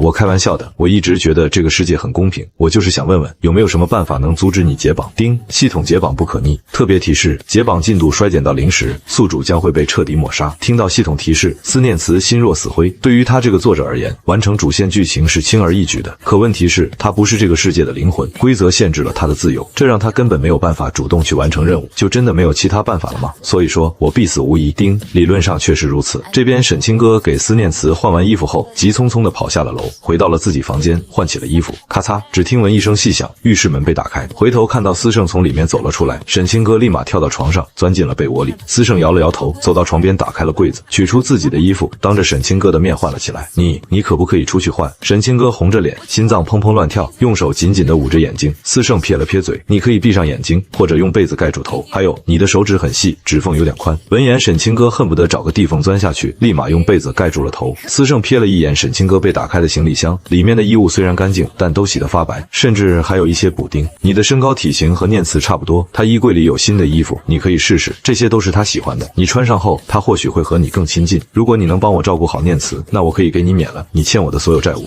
沈清哥探出了头，真的吗？思胜转过身，当然，我从来说一不二。沈清哥的视线里忽然出现了一些东西啊，死变态！看着沈清哥惊叫着又钻了回去。思胜一脸的不解，切，神经病吧，我又不是没穿。骂了一句后，他提起了短裤，出了房间。听到关门声，沈清哥一下子从床上跳了起来，你才神经病，你全家都是神经病。随即他又意识到自己光溜溜的，马上钻回了被子里寻找衣服时，沈清哥看到自己打开的行李箱，又是一愣，他都看到了，他是在怜悯我吗？明明可以直接给我新衣服的，还要找个理由借口。那沐浴液也是真的疯了，这么好的人为什么不要？不对，我为什么会想这些东西？使劲晃了晃脑袋，沈清哥从专属柜子里取出了一套崭新白花睡裙，风格简约，材质柔软丝滑，做工精细。沈清哥会心一笑，换上了睡裙。既然选择了抱大腿，那就好好抱，以后加倍还给他就好了。次日清晨，思胜醒来后没有看到思念慈，心头松了一口气。昨天夜里他和沈清哥配合，何，总算是让思念慈答应以后跟着沈清歌睡觉。现在没有看到他在自己这里捣乱，说明计划很成功。思念慈已经慢慢接受沈清歌了，以后轻松的生活正在和自己招手。一瞬间，思胜觉得身心舒畅。吃过早饭后，沈清歌也跟着思胜上了车。我现在要先去了解一下你的集团内部，后续我会制定好学习计划，好在将来能更好的给你打工。思胜满意的点了点头。你是我见过最合格的牛马，刚好陈哥他要给他媳妇照顾月子，这个助理的位置空着，你暂时代替他熟悉一下各种业务。等他回来，你的假期也结束了，正好回去上课。闻言，沈清歌红着脸扭捏道：“这样不好吧？我一个女大学生给你当贴身助理。”思胜翻了翻白眼：“谁特么让你贴身了？你脑子有病，可以去看看，医药费我来出。”沈清歌尴尬的低下了头。老王开车很稳，也很快。思氏集团总部，思胜让程辉发布了由沈清歌暂代助理职位的公告。沈清歌也提前开始了自己的牛马生活，没有工资的那种。2个小时下来，沈清歌都懵逼了，他想象不到区一个助理竟然要干这么多事情，那程辉到底是怎么熬过来的？当然，他并不知道程辉也搞不定，但程辉懂得把任务分配下去，而不是自己一个人独揽。沈助理，人事部那边出现了一个棘手的问题，麻烦你处理一下。刚坐下喝口水，立马又有人跑过来找他，你们怎么那么多事情都处理不了？老板养你们干嘛用的？沈清歌累得不行了，开始抱怨。人事部的员工犹豫了一下，今天来了个面试的，她是总裁的前未婚妻，我们不知道该怎么处理。噗！沈清歌一口水喷了出来。沐浴夜，他来思氏面试，他疯了。人事部员工无奈道：或许是疯了，如果不疯又怎么会逃婚呢？总裁那么年轻帅气有多金，多少女孩心中的梦中情人，白马王子。可他说不要就不要了。听到是沐浴夜来面试，沈清歌心中的火焰燃起，腰也不酸了，腿也不疼了，快带我去看看，我要亲自给他面试。面试厅，沈清歌看着坐在对面的绝色女孩，一脸的疑问：你就是沐浴夜？沐浴夜点了点头，看向沈清歌的胸牌，又打量了一下沈清歌的着装，眼神有些不对劲。你是阿胜的新助理？沈清歌微微一笑：临时的，你这次想来面试什么岗位？沐浴夜咬了咬牙：你为什么穿着和念慈一样的衣服？你想利用这种卑鄙手段去接近阿胜？沈清歌愣了一下，随后笑了笑道：穆小姐眼神真好，不过你误会了，这衣服是我胜哥哥送给我的，他说以后我都这样穿，念慈才会喜欢和我在一起。闻言，沐浴夜盯住了沈清歌，目光中闪过一缕凶气。我劝你离他远一点，他不是你可以肖想的人。沈清歌不知为何心中也来了劲，那就不劳烦穆小姐费心了。不过你睡过的那张床真的好软。沐浴夜忽然站了起来，怒瞪沈清歌：你说什么？你睡我的床了？沈清歌回瞪了过去：你还没听明白吗？我现在已经住进了你曾经住的那间房，昨天他还在我房间浴室里洗澡，还在我面前换衣服呢。闻言，沐浴夜眼睛都红了，牙齿咬得咯咯作响。我和他在一起20年了，都没和他一起，你凭什么？沈清歌不知为何看到沐浴夜生气，他就有莫名的爽感。就凭我是他的新女友，我把第一次给了他，我还要嫁给他，给他生孩子。沐浴夜不可置信道：你把第一次给他了？你们已经……我和他青梅竹马20年都没有碰他一下，你是怎么敢的？沈清歌心道初吻应该也算第一次吧，反正不管了，能看到沐浴夜如此模样，他心里就开心。对，就是你想的那样，你该不会和他什么也没干过吧？说着，沈清歌顿了一下，随后恍然大悟，一脸的鄙夷之色，还青梅竹马20年呢，不让自己未婚夫碰一下，你是怕那个野男人小三不高兴吗？啧，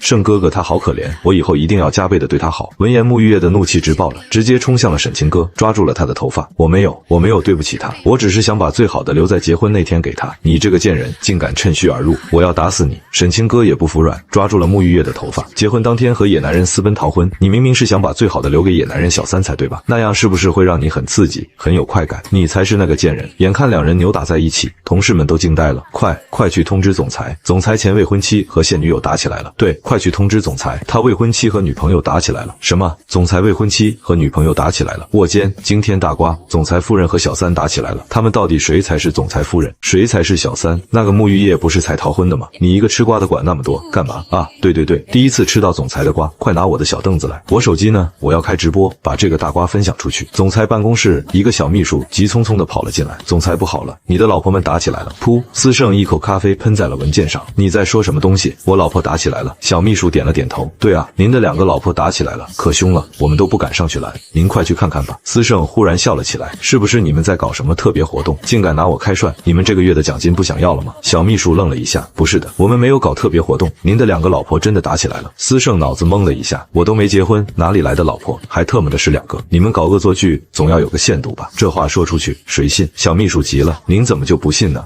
您可以自己去公司群里看看，整个公司都已经传开了。司胜立马打开了公司群，只看到里面铺天盖地的留言，还有2个女人薅头发打架的照片视频。沈清歌、沐玉叶他们怎么打起来了？小秘书耸了耸肩，当然是为了总裁您争风吃醋啊！司胜一个头2个大，你这个月的奖金没了。说完，他就急匆匆地冲向了人事部。10分钟后，2个披头散发的女人被司胜带回了办公室。你们谁能给我一个合理的解释？司胜倒是不生气，只是没搞懂这2人为什么要打架？难道他们以前有仇？他们2个现在都是天海大学的学生，沐玉叶大2，沈清歌大1，是不是在学校里有什么过节？这事情不处理一下，以后在学校打起来被处分了，可就麻烦了。沐玉叶抬起头，一脸委屈道：“你为什么要让他住我的房间，还让他穿念慈的衣服？”司胜愣了一下：“你搞清楚，那是我家，我的房子，我让谁住那是我的自由。还有，他这件衣服是新的，不是念慈穿过的。我虽然节俭，但还不至于送别人2手衣服。”沈清歌在一旁搭腔道：“对，胜哥哥就是喜欢我，让我住哪里就住哪里，和你这个疯子有什么关系？”沐玉叶眼眶一红，泪花打滚：“你喜欢他，不喜欢我了，对吗？我都已经在努力弥补你了，你为什么不给我一个机会？等一等我不可以吗？”司胜一脑子的浆糊，根本就听不懂他们在说什么东西。我不管你们2个以前有什么恩怨过节，总之从现在开始，你们以后不能再打架了，能做到吗？沈清歌不知为何，脑子一抽，扑到司胜怀里，顺嘴还亲了一下。好的，老公，我以后再也不和他打架了。没等司胜反应，沐玉叶也冲了过来，一个撞击司胜无法承受2个人的重量，被撞翻在地。他是我老公，你这个贱人放开他！你都逃婚了，他现在是我男朋友，你滚开！2女压在司胜身上又打了起来，司胜慌了，一手死死地抱住了一个，尽量压低了语气：“2位姑奶奶，能不能冷静一点？我不是她老公，更不是你男朋友，不要打架好吗？如果要打，能不能等我起来了再打？我是无辜的。”10几秒后，2女的情绪稳定了下来，司胜找到机会，立马爬了起来，躲到数米开外。他是真的怕了，这2货打起来根本不顾及他的死活，连带着还挠了他好几下，踹了他好几脚，那锋利的指甲挠得他胸口、手臂火辣辣的疼，还有那高跟鞋踢人也是真的疼。此事到此为止，你们握手。呸！你们1人各退一步好吗？说着，司胜又后退了一步。沐玉叶瞪了沈清歌一眼：“我今天是来面试应聘的，都被他搅黄了，他要给我负责。”沈清歌梗着脖子道：“我们集团不需要泼妇，你面试没通过。”眼看2人又要打起来，司胜赶忙当起了和事佬：“你的面试我通过了，你可以去入职了。”沐玉叶回头又瞪了沈清歌一眼：“你给我等着，我是不会放过你的。”说完就气冲冲地出了门。等人走后，司胜不解道：“你是怎么回事？为什么和他杠上了？”没了沐玉叶，沈清歌也恢复了正常：“我也不知道啊，我看到他就来气，就是想气他。可我以前也没见过他啊，肯定是你家那个房间有问题，住过的人都疯了。”司胜愣了一下，竟然有些信了：“要不你换个房间试试？”沈清歌想了想道：“我害怕，我能搬过去和你一起睡吗？”司胜一拍自己的额头：“完了，你果然疯了。”沈清歌立马解释道：“不是你想的那样，我可以打地铺的。”司胜摆了摆手：“算了吧，以后你去2楼，我们2个换一下就可以了。我倒是要看看我会不会也疯掉。”沈清歌点了点头：“那我先去整理一下。”28楼卫生间，沈清歌又遇上了沐玉叶，2人站在镜子前梳理自己的头发，整理自己的衣裳。“我真的很好奇，你为什么要逃婚？难道那个小3比胜哥哥还优秀？”沈清歌实在没忍住，开口问道。沐玉叶捋了捋头发，用湿巾擦了擦嘴角，因为打架晕开的口红印。“我从来就没有想过离开他，更不会背叛他。我只是以前不懂事，把他弄丢了。我们有20年的感情基础，这是你无法逾越的。现在离开他，给自己一个体面，免得将来后悔莫及。”沈清歌揉了揉眉角：“他让我今天晚上去他房间睡觉，你知道他有几块腹肌吗？你知道他的嘴唇有多软吗？”沐玉叶扭头时，眼里已经充满了杀气：“你要是再敢碰他一下，我一定让你生不如死。”沈清歌笑了笑道：“我自己的男朋友，我为什么不能碰？你这个人真奇怪，自己在外面玩的那么花，不让自己未婚夫碰一下就算了，还想来管别人的闲事，你到底还要不要点脸了？”沐玉叶深吸了一口气，压下心中怒火：“我奉劝你一句，阿胜他不是那么肤浅的人，你还是快点离开吧。他若是知道你这副尖酸刻薄的嘴脸，你的下场肯定会很惨。”沈清歌一脸的不屑：“我哪里尖酸刻薄了？我只是在陈述一个事实罢了。你让他丢了那么大的脸，我这是在帮他教训你。我比你年轻，比你干净，美貌也不输于你。他知道后，肯定是更喜欢我才对。该离开的人一直都是你。”沐玉叶咬了咬牙，收起了补妆包：“我们走着瞧。”沈清歌耸了耸肩：“那你可要快点了，说不定再过几天我们就有宝宝了，到时候你说什么都晚了。反正吹牛不用上税，口嗨不怕有罪，先兑回去爽了再说。”沐玉叶深深地看了沈清歌一眼，什么话都没说，转身离开了卫生间。沈清歌微微一笑，擦了擦手，也跟着走了出去。总裁办公室看着2个姑奶奶又齐聚一堂，司胜的头都大了：“你们2个很闲吗？”沐玉叶摇了摇头：“我已经入职成为了你的私人助理，我在等你的吩咐。”沈清歌搭话道：“我才是你的私人助理，有事情也该我来做才对。”司胜用手扶住了额头：“我的私人助理是程辉，他现在只是请假了，你们明白吗？”沐玉叶点了点头：“我熟悉你的生活习惯，兼职你的生活助理，以后由我来照顾你的生活起居。”沈清歌上前一步：“我是你的女朋友，我照顾你就够了，不用他这个生活助理。”司胜拍了拍桌子：“你们2个够了，我生活能自理，不需要什么生活助理。还有，我不是你的男男朋友，我也不需要你的照顾，你们两个都给我滚出去！哼！两女对视了一眼，冷哼了一声，一起出了办公室。司胜忽然反应了过来，自己不是准备让沐玉叶去接管穆家被收购的产业吗？他怎么成自己助理了？想着，他立刻给人事部打去了电话。不久后，他脸色奇怪地挂断了电话。是沐玉叶自己要求要来当助理的，而且连合同都是他自己拟定的，终身合同，永远只拿底薪。这沐玉叶到底发什么疯了？为什么会做这么离谱的事情？难道是这2天发生的事情对他打击太大了？要不先放一放，等他冷静冷静，反正合同在自己手上，随时都可以取消。助理办公室，沐玉叶和沈清歌四目相瞪，针锋相对。我是签了合同的，这个办公室该归我。沐玉叶拿着合同，一脸冷色。沈清歌笑了笑道：“我是盛哥哥亲自任命的，这个办公室归我才对。”咔嚓，忽然一个员工抱着一叠文件打开了门。我找助理处理文件，请问？沐玉叶先开口道：“给我就行，我来处理。”沈清歌先一步出手，跑到门口接过了那叠文件。我收到了，你先回去工作吧。看着沈清歌把文件全部抱在怀里，沐玉叶眼中闪过一抹鄙夷。你第一天来公司，这些东西你看得懂吗？沈清歌笑了笑道：“看不懂我会学，难道你第一次就看得懂这些文件吗？”沐玉叶捻了捻手指，微微抬头。我从5年前就开始帮他打理一些简单文件，3年前彻底搬进私家，他教过我很多处理办法，有我经手过许多重要项目，我的经验比你丰富。我觉得你还是把这个位置让出来吧，免得到时候出了纰漏，你可担不起责任。沈清歌眼珠子一转，把文件全部堆到了桌上。好吧，既然你喜欢当助理，那这些活就交给你了。以后我每天负责给盛哥哥泡咖啡，帮他按摩缓解疲劳。说着，沈清歌还真的出了门，往咖啡区走去。沐玉叶愣了一下，他发现自己似乎拿这个沈清歌没有太多办法。沈清歌说的没错，他占据的优势实在太多了，光就名声这一点就能碾压他沐玉叶。如今舆论风波还在继续，一个身家清白的19岁女大学生，比起他这个逃婚不结的前未婚妻，优势实在太明显。明明自己只是不小心动了一点叛逆的小心思，为什么会搞到现在这样满盘皆输？如果司胜从一开始就明确的表示不喜欢顾宁，那么他应该也会停止这种胡闹的行为。可他不懂，司胜明明不开心，不喜欢他这样，可为什么从一开始就不说话，甚至连一点脾气都没发？他从始至终都是一如既往的平静，每一次对自己也都保持微笑，这让他一次次都以为司胜是在包容他，也让他开始不断的去触碰底线，直到司胜开始对他清算。原来他对自己有多纵容，清算的时候就有多决绝。短短不到12个小时，他收回了他给自己的一切，斩断了自己与他所有的纠葛。他昨天的那句自己将以什么身份留在他身边，现在似乎已经有了答案。原来一直以来不是他锁住了自己，而是自己锁住了他。当自己丢失那几样名分头衔后，争夺者立刻接踵而来，自己将如何夺回本就该属于自己的一切？叮铃铃，电话铃响起，沐玉叶按下了接听键。玉叶啊，你和阿胜商量了怎么样了？他有答应放过我穆家吗？至少让他答应不收回穆家地皮，总该没有问题吧？沐玉叶轻叹了一口气，其实你们从来都没有关心过我，对吧？你们一直只关心能从我身上得到多少利益。我不明白，既然你们知道要依靠我才能从私家捞取利益，那么你们为什么要眼睁睁地看着我走到如今这个地步？穆天喜愣了一下，随后语气里也有了些怒意。我都不记得我劝你多少次了，你哪一次听过我的话？你每一次不是都笃定司胜他不会生气吗？你每一次都说会哄好他，你有哄过吗？每一次我们想劝说你的时候，你都说你们之间的事情不要我们管。现在好了，把人做没了，反倒怪起我们不作为了。是我让你认那个什么干弟弟干妈的，还是我让你整天和司胜对着干的？沐玉叶苦笑了一下，对啊，都怪我自己。现在他已经真的不要我了，你们的那些东西也别想了。穆氏被清算，肯定还会有盈余，够你们一家3口富裕过完后半生了。以后别再联系我了，我的家人一直都只有他，别来打扰我寻找回家的路。沐玉叶挂电话挂得很决绝，从懂事起，他就一直住在私家，每个月象征性的回穆家住几天，直到15岁订婚后，更只是逢年过节才回去一趟。两家虽然都在天海市，但私家反倒是更像他的家。他现在什么都没有了，只剩下这一段一起成长的记忆。他知道司胜之所以还留他，也是看在多年情分上。想了许多，沐玉叶擦了擦眼泪，翻开了那些文件。如果能展现自己更多的能力，更多价值，或许可以提升一点自己在他心中的地位吧。沈清歌终究还是狠不下那个心，端着咖啡回到了助理办公室。虽然我不知道为什么那么莫名其妙的讨厌你，但我还是想劝一劝你，有些挣扎是没有用的。我心中有一种强烈的预感，他不会属于你，更不会属于我。沐玉叶心中的某个秘密被触动，脸色变得非常难看。他之所以会变得如此叛逆，不断的想要用这种对抗的方式去为难司胜，都是因为一个人，思念慈。他们3个从小一起长大，但司胜却会花更多的心思去照顾思念慈。他也知道那是因为思念慈呆傻，司胜给他更多关心是应该的。可自从思念慈13岁开始飞速发育后，他的危机感就在不断的积累。思念慈长得真的太完美了，呆傻在别人身上或许是天大的缺陷，但放到思念慈身上，这种呆傻却让他更加的可爱，更加的惹人怜惜。也就是因为这样，他开始尝试用另外一种方式对待司胜，本意却是想让司胜多关注自己一些。不过昨天他知道了，司胜从小就将他作为当家女主人培养，他才是那个被偏爱的。现在想想，自己真的是蠢到无可救药。你说的或许是对的，但我还是想尝试一下。我从未想过失去他会让我这么痛苦，也许徒劳无功，可努力过才能减少遗憾。沐玉叶不甘心，他想再试试。沈清歌笑了笑道：“我忽然发现自己没有那么讨厌你了，或许我们可以坐下来交流交流。当然，你若是能教我一些有用的东西，那就更好了。”沐玉叶认真地盯着沈清歌看几秒钟。沈清歌，我终于记起来了，你是去年的天海高考状元，我在新生榜上看过你的照片，只是我不知道你打扮起来会如此明艳阳光。说起来，我还是你的学姐。沈清歌耸了耸肩，微微笑道：“我也是在刚刚才想起来，穆学姐可是天海大学名副其实的学霸，而且还是我们学校的第一校花呢。只是我不明白，你何故沦落至此？”沐玉叶摇了摇头：“我现在总算明白了那句话的意思，被偏爱的有恃无恐，得不到的总是在骚动。你想学，那就留下来，我可以教你。不过我还是那个条件，你不能动它。”沈清歌犹豫了一下，最终还是点了点头。毕竟现在赚钱还债才是他的主要目的，而且他对司胜并无多少感情，才认识了一天和沐玉叶作对，那都是因为莫名其妙的脑抽。私家庄园在草地里抓虫子的思念词忽然一顿，丁剧情有变动，解绑进度提升10%，目前解绑进度85%。怎么会这样？思念词非常的懵逼，难道剧情又被改变了？完蛋了，我要死了，我累了，世界毁灭吧！忽然思念词白眼一翻，直接趴在了草地上晕了过去。媚色酒吧高级包厢，司胜百无聊赖的靠在沙发上发呆。要说在这种地方谈点小生意，他能理解，但问题是，他今天来谈的却是与富士集团的合作，价值100亿级别的项目，而谈判对象是富家年轻一辈中的佼佼者傅延州。这个看上去比现在的自己大不了2-3岁的年轻小伙，同为天海杰出青年，都是千亿集团的总裁代言人，区别在于司胜继承了司家当时的数十亿家产，可做到如今这般规模，都是他从10岁奋斗至今而来。而这傅延州自然是通过继承家族产业而来。傅家比司家有钱，但司胜却是天海首富，司胜的一切都是他自己的，而傅家人很多，很复杂，没办法，谁让这个世界钱好赚，他司胜还是带着记忆投胎的挂逼，把前世的一些东西抄过来，那就是降维打击的存在。司大少怎么不喝？或许是看到了司胜无聊，一旁不知道谁家的公子哥凑了上来。司胜笑了笑道：“我酒精过敏，你们喝好就行，不用管我。”听到司胜酒精过敏，其他人对他也没了兴趣。那一顿猛喝给他们喝的是五迷三道，然后在各自的保镖司机接送下安全回了家，唯独留下了司胜和傅延州两人。傅总，您看这酒也喝得差不多了，我们是不是该谈谈合作了？傅延州半醺，摆了摆手道：“能和司总合作，我傅氏自然求之不得。不过这利益分配我觉得不妥，我们傅氏……”傅延州一顿罢了，总之就是差点意思，不想签。最终司胜无奈地摇了摇头。傅延州确实是个商业奇才，能继承千亿产业是有道理的，但终归还是太年轻，缺乏长远战略目光。自己给出的方案看的是未来5年后的利益，傅延州最多只能看到3年。不过这对于一个23、24岁的年轻人来说已经很优秀了，并不是谁都能和他一样20岁就能有30多年从商经验。既然傅总不看好这个项目，那我只能另谋高就了。沪州那边还有几家手上拥有这种技术，等过几日我有空了去看看，这就不打扰傅总雅兴了。说完，司胜起身告辞离开。其实按照他的设想，这个合作上应该是傅氏来求他才对，可惜了。傅延州一把拉住了司胜：“等一等，我觉得这个项目还可以谈一谈。”司胜甩开了傅延州的手：“我觉得傅总能力和眼光都不足，驾驭不了这个项目，所以我想去寻找下一个更适合的目标。”傅延州站起身来，摇摇晃晃道：“这是司氏和我傅氏的第一个合作，你司氏虽然强大，但崛起太短，人脉比我傅氏天差地别。如果你我2家合作，司氏受益会更多，长久大计。司总何必在乎这点蝇头小利？”司胜心中不屑冷笑：100亿投资项目，未来收益更是在500亿，甚至更多，竟然说是蝇头小利，自己还是太高估这个傅延州了。如果傅总还想合作的话，那我的要求是在原有基础上，傅氏再给我让利30%，否则免谈。傅延州犹豫了一下，这一次合作是家里要求必须拿下的，集团董事会也都表决过了，只是他没想到这个司胜年纪比他还小，手段却比他狠辣多了，最多1成，再多我们傅氏就要亏损了。司胜忽然笑了起来：“傅总大气，那就这么定了，明天我会让人把新合同送到你手上。”一时间傅延州觉得自己上当了，不过他没有任何办法，是他自己先想打压司氏，被反击了也算活该。忽然间他只觉得脑袋眩晕，浑身开始燥热难耐。“司总，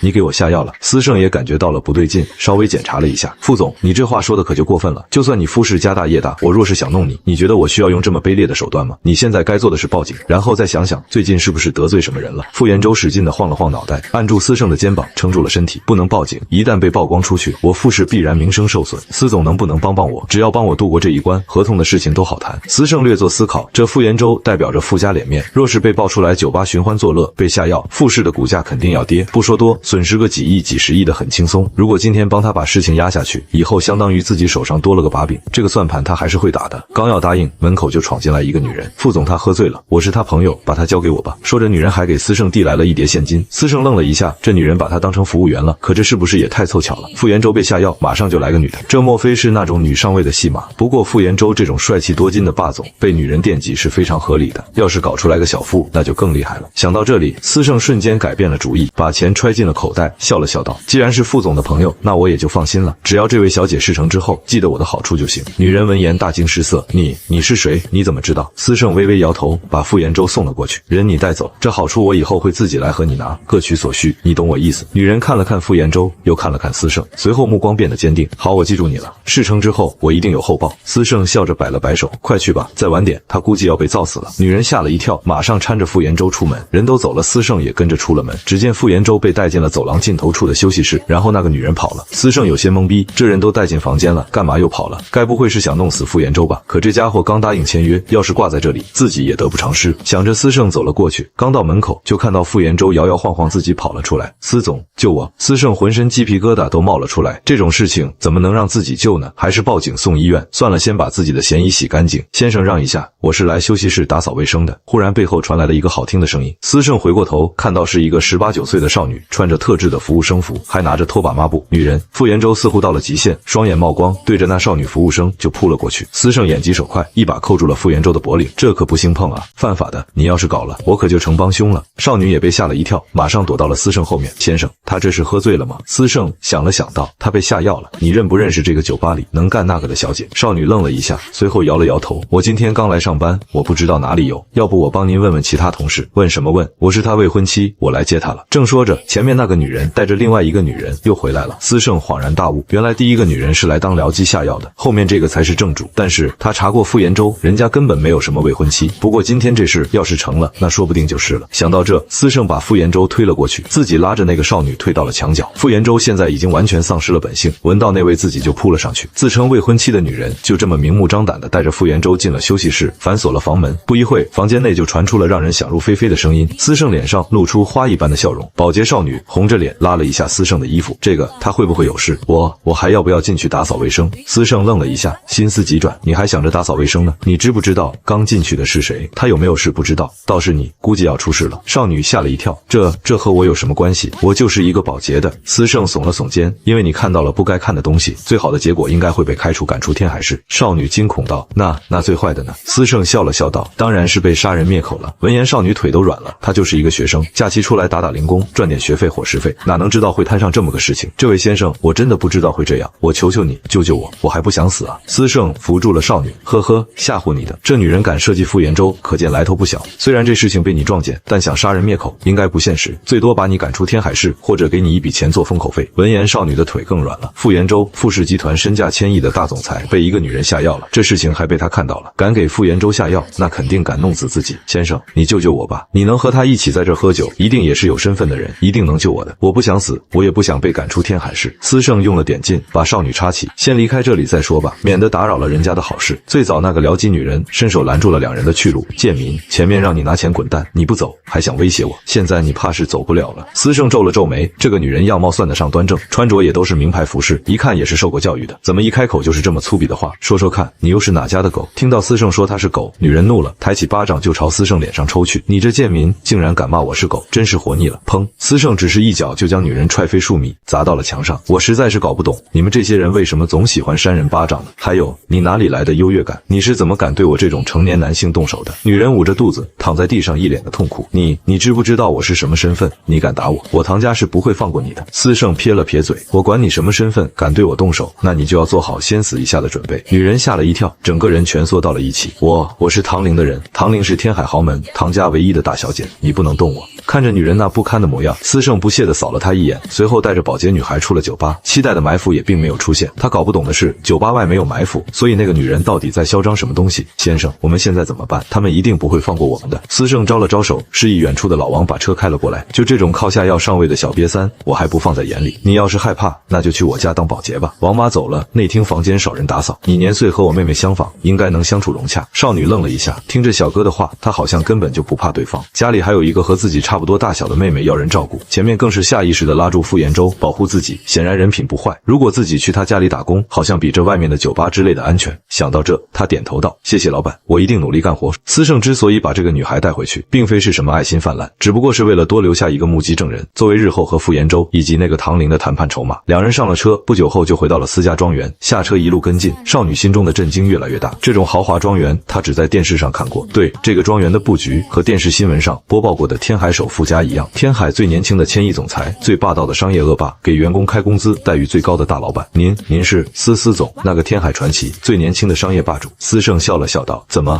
不像吗？女孩抬头盯着司胜看了几秒钟，那年轻的面容和电视转播中的某个人重叠，真的是他，我竟然能见到这种人物。女孩神情惊慌，手脚有些发抖，立马低下了头。对不起，前面酒吧里的灯光太暗了，我没有看清您，冒犯到您了，还请您恕罪。司胜微微一愣，随后伸手敲了一下女孩的头，胡说八道，你什么时候冒犯到我了？再说了，我可是5好杰出青年奖的得主，我不吃人的，你怕什么抖什么？被敲了一下脑袋，女孩反而镇定了下来。这个大总裁并没有想象中的那么恐怖，反而倒是有点大叔感。可他明明只有20岁，比自己也就大了1岁而已。我不怕，就是见到偶像，心里太激动了。司胜按住了女孩的额头，往上推了一下，看你一路上都低着头，这样对脖子不好，别到时候小年纪就得了颈椎病，那可遭老罪了。女孩抬头看向司胜，眼里似乎有了一丝异样的光。他在关心我，为什么一个陌生人都会关心我？可我的家人却……看着女孩那楚楚可怜的神态，司胜又是一愣。我真的有那么可怕吗？为什么这个小姑娘看我的脸就吓得想哭？对了，你的名字叫什么？我还不知道呢。等下让管家给你登记一下，以后你就是这里的佣人了，工资给你开5000怎么样？为了维护自己仁慈光辉的形象，司胜岔开了话题，聊起了工资待遇。他报的这个价是略高于市场的，先安抚好这个小姑娘，花点小钱养着，等后面那个什么唐林上位后，带着这个小姑娘去谈判，对方随便让1个点的利润，那都是每年好几亿的收益。女孩闻言激动道：谢司总，我叫林佑薇，我会打扫卫生，会洗衣服，会做饭。司胜摆了摆手，不用那么拘束，家里做饭有厨师，洗衣扫地也有专门的佣人干。林佑薇脚步一顿，眼里忽然涌现一丝惊恐，那我干什么？您不会是……说着，林佑薇下意识地抱紧了自己的身体。司胜无奈地叹了口气，我有一个妹妹，先天脑残，需要人陪伴，你很快就会明白的。正说着，门内忽然冲出一个人影，还是一样的场景，刚走到门口，那个脑袋就撞了过来。司胜本能地伸手去挡，不过这一次他失手了。思念慈忽然停下了，扭头看向林佑薇，眼底闪过一丝意外。林佑薇，他怎么来了？算时间，他今天不是应该去酒吧打工，然后和傅延州一起那啥？完了，傻哥哥又作妖了！救命啊！杀人了，还给不给人活路了？胜哥哥，我实在没拉住他。沈清哥跟在后面一脸的尴尬，他哪知道思念慈的力气那么大，耳朵那么灵敏，隔着老远就能听到司胜回来。本来还在和自己做游戏，呲溜一下就冲出去了，拉都拉不住。沈清哥，你怎么在这里？看到沈清哥，林佑薇有些惊讶，沈清哥也愣了一下。林佑薇，你跑来这里干嘛？司胜懵了一下，习惯性的抱起了思念慈，走进了大厅。别站门口聊，里面有凳子刮过。两女对视了一眼，随后跟了进去，一顿叽叽喳喳。司胜也从两人聊天中得知了一点信息，这沈清哥和林佑薇都是天海大学的学生，两个人虽然不同系，但都是学霸，都是成绩榜上前10的存在。这林佑薇的家里穷，要养家好赌的爸，恶毒妈，还有个辍学的弟弟，天天打他。司胜都服了，这2天不知道怎么的，竟然连续碰到2个命运悲惨的女孩，是老天爷觉得他太善良了，特意派他去拯救这些可怜女孩吗？这是不是太扯了一点？他又不是傻子。正想着，思念慈贼心不死，一口就贴了上来。该死的沈清哥，不让你亲他，你今天还亲，你抽走他的气运，我损失的可是命啊！死司胜，臭司胜，你为什么要让这个恶毒女配碰你？你对得起自己养了20年的媳妇吗？狗系统，这气运非补不可吗？司胜一把按住了思念慈的头，沈清哥，你快把他弄走。沈清哥耸了耸肩，我可不敢，这样他会讨厌我的。你一个大男人，你就让他亲一下怎么了吗？又不会掉一块肉。司胜眉头紧锁，语气略显无奈。这不一样，他现在长大了，已经不是小孩了。林佑薇不明所以，他们这是干嘛？沈清哥低声给林佑薇解释了一下，林佑薇明白了过来。我倒是觉得司总是对的，念慈小姐好奇心重，所以更要教会她明辨事理，免得将来闹出更多笑话。我们可以尝试着慢慢开导，让她形成一种……林佑薇话还没说完，思念慈忽然转头看向了她的眼睛。你一个女主，那么八婆干嘛？我要你来开导。今天要是补不回气运，我估计又要被电击了。就算你是女主，你敢害我，那我也和你没完。狗系统，快弄他！林佑脑子一片空白，顿了顿。其实偶尔满足一下小孩好奇心，并不是什么坏事。小孩子嘛，哪有什么坏心思？你这当哥的，别那么小气。司胜脑子嗡的一声，这尼玛都是什么鬼？怎么前面说的话还好好的，突然就改口了？不等他搞清楚，思念慈又开始作妖。司胜心中叹了口气，手头力量微松，在系统的控制下，思念慈的速度有点超乎寻常。好了，以后不能这样了。思念慈忽然安静了下来，补上了，终于补上了，我不用被电击了。等今天晚上去沈清哥那里，把他今天抽走的气运抽回来就行了。不过这感觉怎么这么奇怪，和以前不一样了。看着又开始发呆的思念慈，司胜心中松了一口气。果然这2姑娘说的没错，只要满足了好奇心，思念慈就不会再闹了。好了，沈清哥带念慈去洗澡，林佑薇，你跟管家去报备一下，我去整理一下明天和傅氏的新合同，你们不用管我。时间飞逝，窗外已经充满了各种虫鸣。司胜将合同发送后，望着窗外笑了笑。理论上这种级别的庄园是不会出现虫鸣的，况且还是很多种一起出现。不过有思念慈在，任何的常理都有可能被打破。其实这种更贴近自然的感觉，倒是和自己前世的那个家相似。小公司运营艰难，比起普通人也好不上多少，吃住更是随意。活动了一下筋骨，回到了生活区1楼主卧。司胜推开门，直接接进入了右手边的浴室。10分钟后，他出了浴室，拐到正室的时候，房间灯突然亮了起来。你不要过来！沈清歌一脸惊恐地坐在床上，手里还抓着一个遥控器，指着思胜。不过随后他的脸色转红，一下子缩进了被子中。思胜愣了一下，低头扫了一眼光溜溜的自己，多少也有些尴尬。不过都几十岁的人了，尴尬只是一闪而过，很快就恢复了平静，自顾自地从衣柜里拿衣服。几分钟后，思胜掀开被子，把沈清歌提了起来，告诉我你为什么会在这儿？沈清歌瞪大了眼睛，这不是你给我安排的房间吗？你有健忘症？思胜摇了摇头，是你有健忘症，而不是我。在公司的时候，我们已经商量好了，以后换房睡，所以我问你，你为什么会在这里？沈清歌眼神都呆滞了。两人确实约定好的，但公司事情真的太多了，还要和沐浴液斗嘴，哪里还能记得这个？可不可以先放开我的脖子？思胜随手把沈清歌丢在了床上，给我一个合理的解释。沈清歌一想到前面的景象，那脸就越来越红，结结巴巴道：我忘记了，我以为这个房间有，你知道的，我害怕所以就……听完解释后，思胜笑了，这家伙一直以为这个房间有不干净的东西，自己回来洗澡吵醒了他，所以就有了刚刚的一幕。好了，你回楼上睡去吧，记得关好门窗。对了，念慈呢？沈清歌想了想道，他和林佑威玩累了，我就想着不要打扰他，让他先在林佑威那里睡下了。思胜点了点头，把沈清歌赶了出去，反正只要他不尴尬，那尴尬的就是沈清歌。沈清歌无奈，只能红着脸上了2楼，躺在思胜睡过的床上，他就开始辗转反侧，那种味道让他迷恋且无法入眠。半夜里，一道白色人影光着脚丫，无声无息地穿过了大厅，来到了1楼主卧门口。咔嚓一声轻微响动，那个白色人影钻进了房间。房间内，思胜浑身汗毛竖起，冷汗瞬间浸湿床单。朦胧间，那道白色身影正缓缓朝着床靠了过来。我的天老爷啊，这家里果然不干净啊！思胜心中惊慌，强制镇定，紧紧地握住了拳头。难怪沐浴液住这里后疯了，沈清歌住了一晚上也略疯，这一下轮到自己了。思胜啊，思胜，你可真是个蠢货！你都能带着记忆投胎新世界了，怎么就还不信邪呢？这一下好了，不信邪的终于撞邪了。忽然，思胜的鼻子抖了2下，这味道是思念慈。想到这，思胜忽然坐起，一把抱住了那个白色人影。思念慈被吓了一跳，身体都僵了。系统控制他来找沈清歌回收气运，怎么也没想到床上会突然跳起来个东西。不过很快他就发现对方是思胜，心中的惊慌瞬间消失。思胜脑中飞速思考，很快反应了过来，是他让思念慈以后跟着沈清歌睡觉的，而他和沈清歌换房的事情并没有告诉思念慈。刚刚他估计是在林佑威那里醒来后跑回来找沈清歌的。念慈乖，有没有被吓到？思胜开了灯，捋了下思念慈凌乱的头发，心中难免有些担忧。这丫头本来就傻，要是再被吓出个好歹，那可就麻烦了。思念慈依旧一副呆呆的模样，你可真是我的好哥哥，妹妹我差点没被你吓死。臭思胜没事跑沈清歌房间睡觉，你是不是有大病？看到思念慈没事，思胜长舒了一口气，想着他把思念慈放到了床上，盖好被子，又在他额头哈了一口气，不怕哈，有哥哥陪着你，先睡觉，睡醒了就忘了。思念慈听话的闭上了眼睛。哎，这么憨的哥哥，我记得我给他的人设是偏执男啊，这么多年下来，偏执倒是没见多少，现在怎么感觉他好傻？难道是我比例有问题，没有把他的人设写好？为什么我会有一种怪怪的感觉？思胜轻拍被子，等思念慈睡着，自己去到了窗台后的吊椅上坐了下来。这个吊椅还是3年前沐浴液住进来后要求安装的，说是在这里可以沐浴月光和阳光，只不过他从那以后就很少再回家了。这个吊椅到现在还是9成9新，昨日之人一去不可留。啪，东郊废弃工厂，沐浴液收回了鞭子，拔掉了塞在顾宁嘴里的布条。这就是你想跑的下场，我和你说过很多次了，你为什么就是不听呢？顾宁浑身血痕，惨笑道：怪我自己眼瞎，当年竟然会答应和你这个变态合作，难怪思胜不要你，就你这种变态，谁能受得了？沐浴液目光一冷，若不是你次次挑拨，我的逆反心就不会被放大。如果不是因为你，我现在已经是私家少夫人，是这天海市最尊贵的女人了。这一切全都是因为你。啪，沐浴液气急，又抽了一鞭子。顾宁咬牙忍了下来，明明是你自己造成的这一切。我每一次劝你和思胜和好，那都是真心实意，是你心中的偏见，让你见不得其他人在你面前为思胜说好话。在你潜意识里，思胜就是个坏人，坏到骨子里的那种。是你先入为主，把我每一次说的真心话扭曲。你就是一个变态，一个生活在自己营造世界里的自大狂，一个从来不把别人当人的恶魔。你凭什么让我成为你的附属品？我不是你的嫁妆，我是人，一个活生生的人。沐浴液瞪大了眼睛，反驳道：我没有，我只是看你们都是可怜人，我帮你赚钱，你给我和思胜提供情绪价值，这是等价交换，公平交易。你跟我一起嫁入私家有什么不好？他很小的时候父母就离开了，10来岁就要撑起一个偌大的家族企业，还要照顾生活不能自理的妹妹。他那么惨，你为什么不愿意给他一点家的温暖？如果他有兄弟姐妹，他何须自己撑得那么苦？闻言顾宁都崩溃了，这像人能说出来的话吗？什么叫他那么惨，我就该给他家的温暖？他那么多钱也没见他给我，他没有兄弟还要照顾脑残妹妹，那和我有什么关系？沐浴液，你够了，你难道就没想过为什么你针对思胜的每一次计划都从来没有成功过吗？沐浴液冷笑道：因为他没有我想象中的那么爱我，这个我早就知道了。顾宁嘴角一血，哈哈大笑，你真是个可怜虫，蠢货，你永远都不可能知道因为什么。沐浴液愣了一下，丢下了手中的鞭子，告诉我为什么？我可以考虑对你轻一点。为了自己的小命，顾宁心思飞速流转。快醒醒吧，沐玉叶！你之所以会失败，不是因为他不够爱你，而是因为你不够爱他。你以为我可以做你的提线木偶，任由你摆布？他司胜也一样可以任你摆布吗？从我们签订协议，你带我回去见他那天起，他就已经决定不爱你了，因为你不值得任何人的爱，你就是一个疯子，一个以爱伪装自己的变态。你每一次求而不得，你不敢对他发火，质问他，你就让我当他的替身。你打我折磨我后，你就开始后悔，内心煎熬。你让我在各地名山大川跪地给他祈福，想以此消除你心中的罪恶。你这种自欺欺人的变态真的很可笑。啪！沐玉叶忽然发狂，一巴掌狠狠地抽在了顾宁脸上。你闭嘴！不是你说的那样，你不知道他有多爱我，你更不知道我有多爱他。我连大声和他说话都不舍得，我怎么可能会去质问他伤害他？你能替他受罚，那是你的荣幸。我供你吃穿，借给你那么多钱，那些钱都是他给的，你给他祈福，保佑他健康平安，有什么问题吗？闻言，顾宁的心态再次炸裂，这变态女人真的太恐怖了，必须要想办法逃出去。她非常确信这个变态会杀了她给司胜赔罪。你放屁！你如果真的爱他，就不可能会有我的存在。他爱你倒是真的。沐玉叶身上那股疯狂的气势缓缓褪去。你说他爱我，你没有骗我。看到自己的话术奏效，顾宁心中松了一口气。是的，他很爱你，宠你，就算到现在，他依旧放不下你。你有没有想过，为什么这么多年来，司胜身边就没有过其他异性？他那种耀眼的存在，放在任何地方，恐怕早都已经被各色美女扑倒了。但他为你拒绝了所有异性的靠近。他是一个有担当、有责任心的人，而你呢？你是个蠢货。不过好在他现在对你还保留有深厚的感情。你如果现在放了我，我可以教你如何重新获得他的青睐。沐玉叶癫狂的神情顿了一下，急速恢复了平静。你说你有办法？呸！顾宁吐出了一口血水。只要你放了我，我就有办法让他回心转意。沐玉叶忽然从后腰掏出一柄匕首，想都没想，直接扎在了顾宁的肩上，先废掉你一边手臂。你要是敢骗我，你会死得很惨。顾宁咬着牙，忍着疼痛，心中打起了算盘。你们不是有那么多年的感情吗？而且你也已经确定他不会对你见死不救。我们不如再演一场苦肉计，把一切的罪责都推到我身上。到时候司胜知道一直都是我在蒙骗你，他就会原谅你。我弄点动静出来，让你们经历一段生死，他肯定就能回到你的怀抱。沐玉叶听得眼神一亮，若是能利用顾宁，让两人冰释前嫌，再经历一段生死，司胜重情重义，必然会原谅自己，最不济应该也不会讨厌自己。想到这里，他立刻和顾宁商量起了详细布局。次日，司氏总部助理办公室，沈清歌没有看到沐玉叶，感觉有些奇怪。沈助理富氏集团发来通知，副总会过来和总裁签约，你这边准备一下。还在奇怪中，沈清歌就收到了通知，随后直接懵了。这是他第二天上班，哪里知道怎么弄？这可是2大千亿级别的总裁会面签约，那场面不敢想象，也想象不到。怎么办？给沐玉叶打电话。很快他就收到了无法拨通的声音，急了。司胜推门而入，沈清歌尴尬地笑了笑，这种场面我没见过，实在抱歉。司胜摇了摇头，签个合同罢了，安排个安静的地方，准备好茶水就可以了。咱们司氏在这天海不用看任何人脸色，记住了吗？沈清歌懵懂地点了点头，他一个19岁的学生又哪里懂这些东西，他更不知道司氏与傅氏的具体实力。不过有司胜的这句话，他也就放心了。双方的签约地点安排在了楼下的咖啡厅。司胜和傅延州见面的时候也被吓了一跳，此时的傅延州脸色发白，眼眶发青，眼光发绿。司总，你可害苦我了。闻言，司胜笑了笑道：傅总这是说的哪里话？我什么时候害过你了？傅延州左右看了一眼，发现司胜身边还站着个美女，顿时尴尬的脸都红了。司胜会意摆了摆手，你下去和老板说一下，这个店我们包了，给还在消费的人双倍补偿。接到命令，沈清歌立马退下清场，他又不瞎不聋。很明显，傅延州现在自觉丢脸，他在碍事，要是签不成这100亿合同，把他卖个几十遍都赔不起。等了一会人都走后，傅延州总算松了口气。昨天晚上我不是让你救我吗？你怎么自己跑了？司胜愣了一下，故作不解道：你未婚妻都来接你了，我有什么理由不放下你呢？傅延州叹了口气，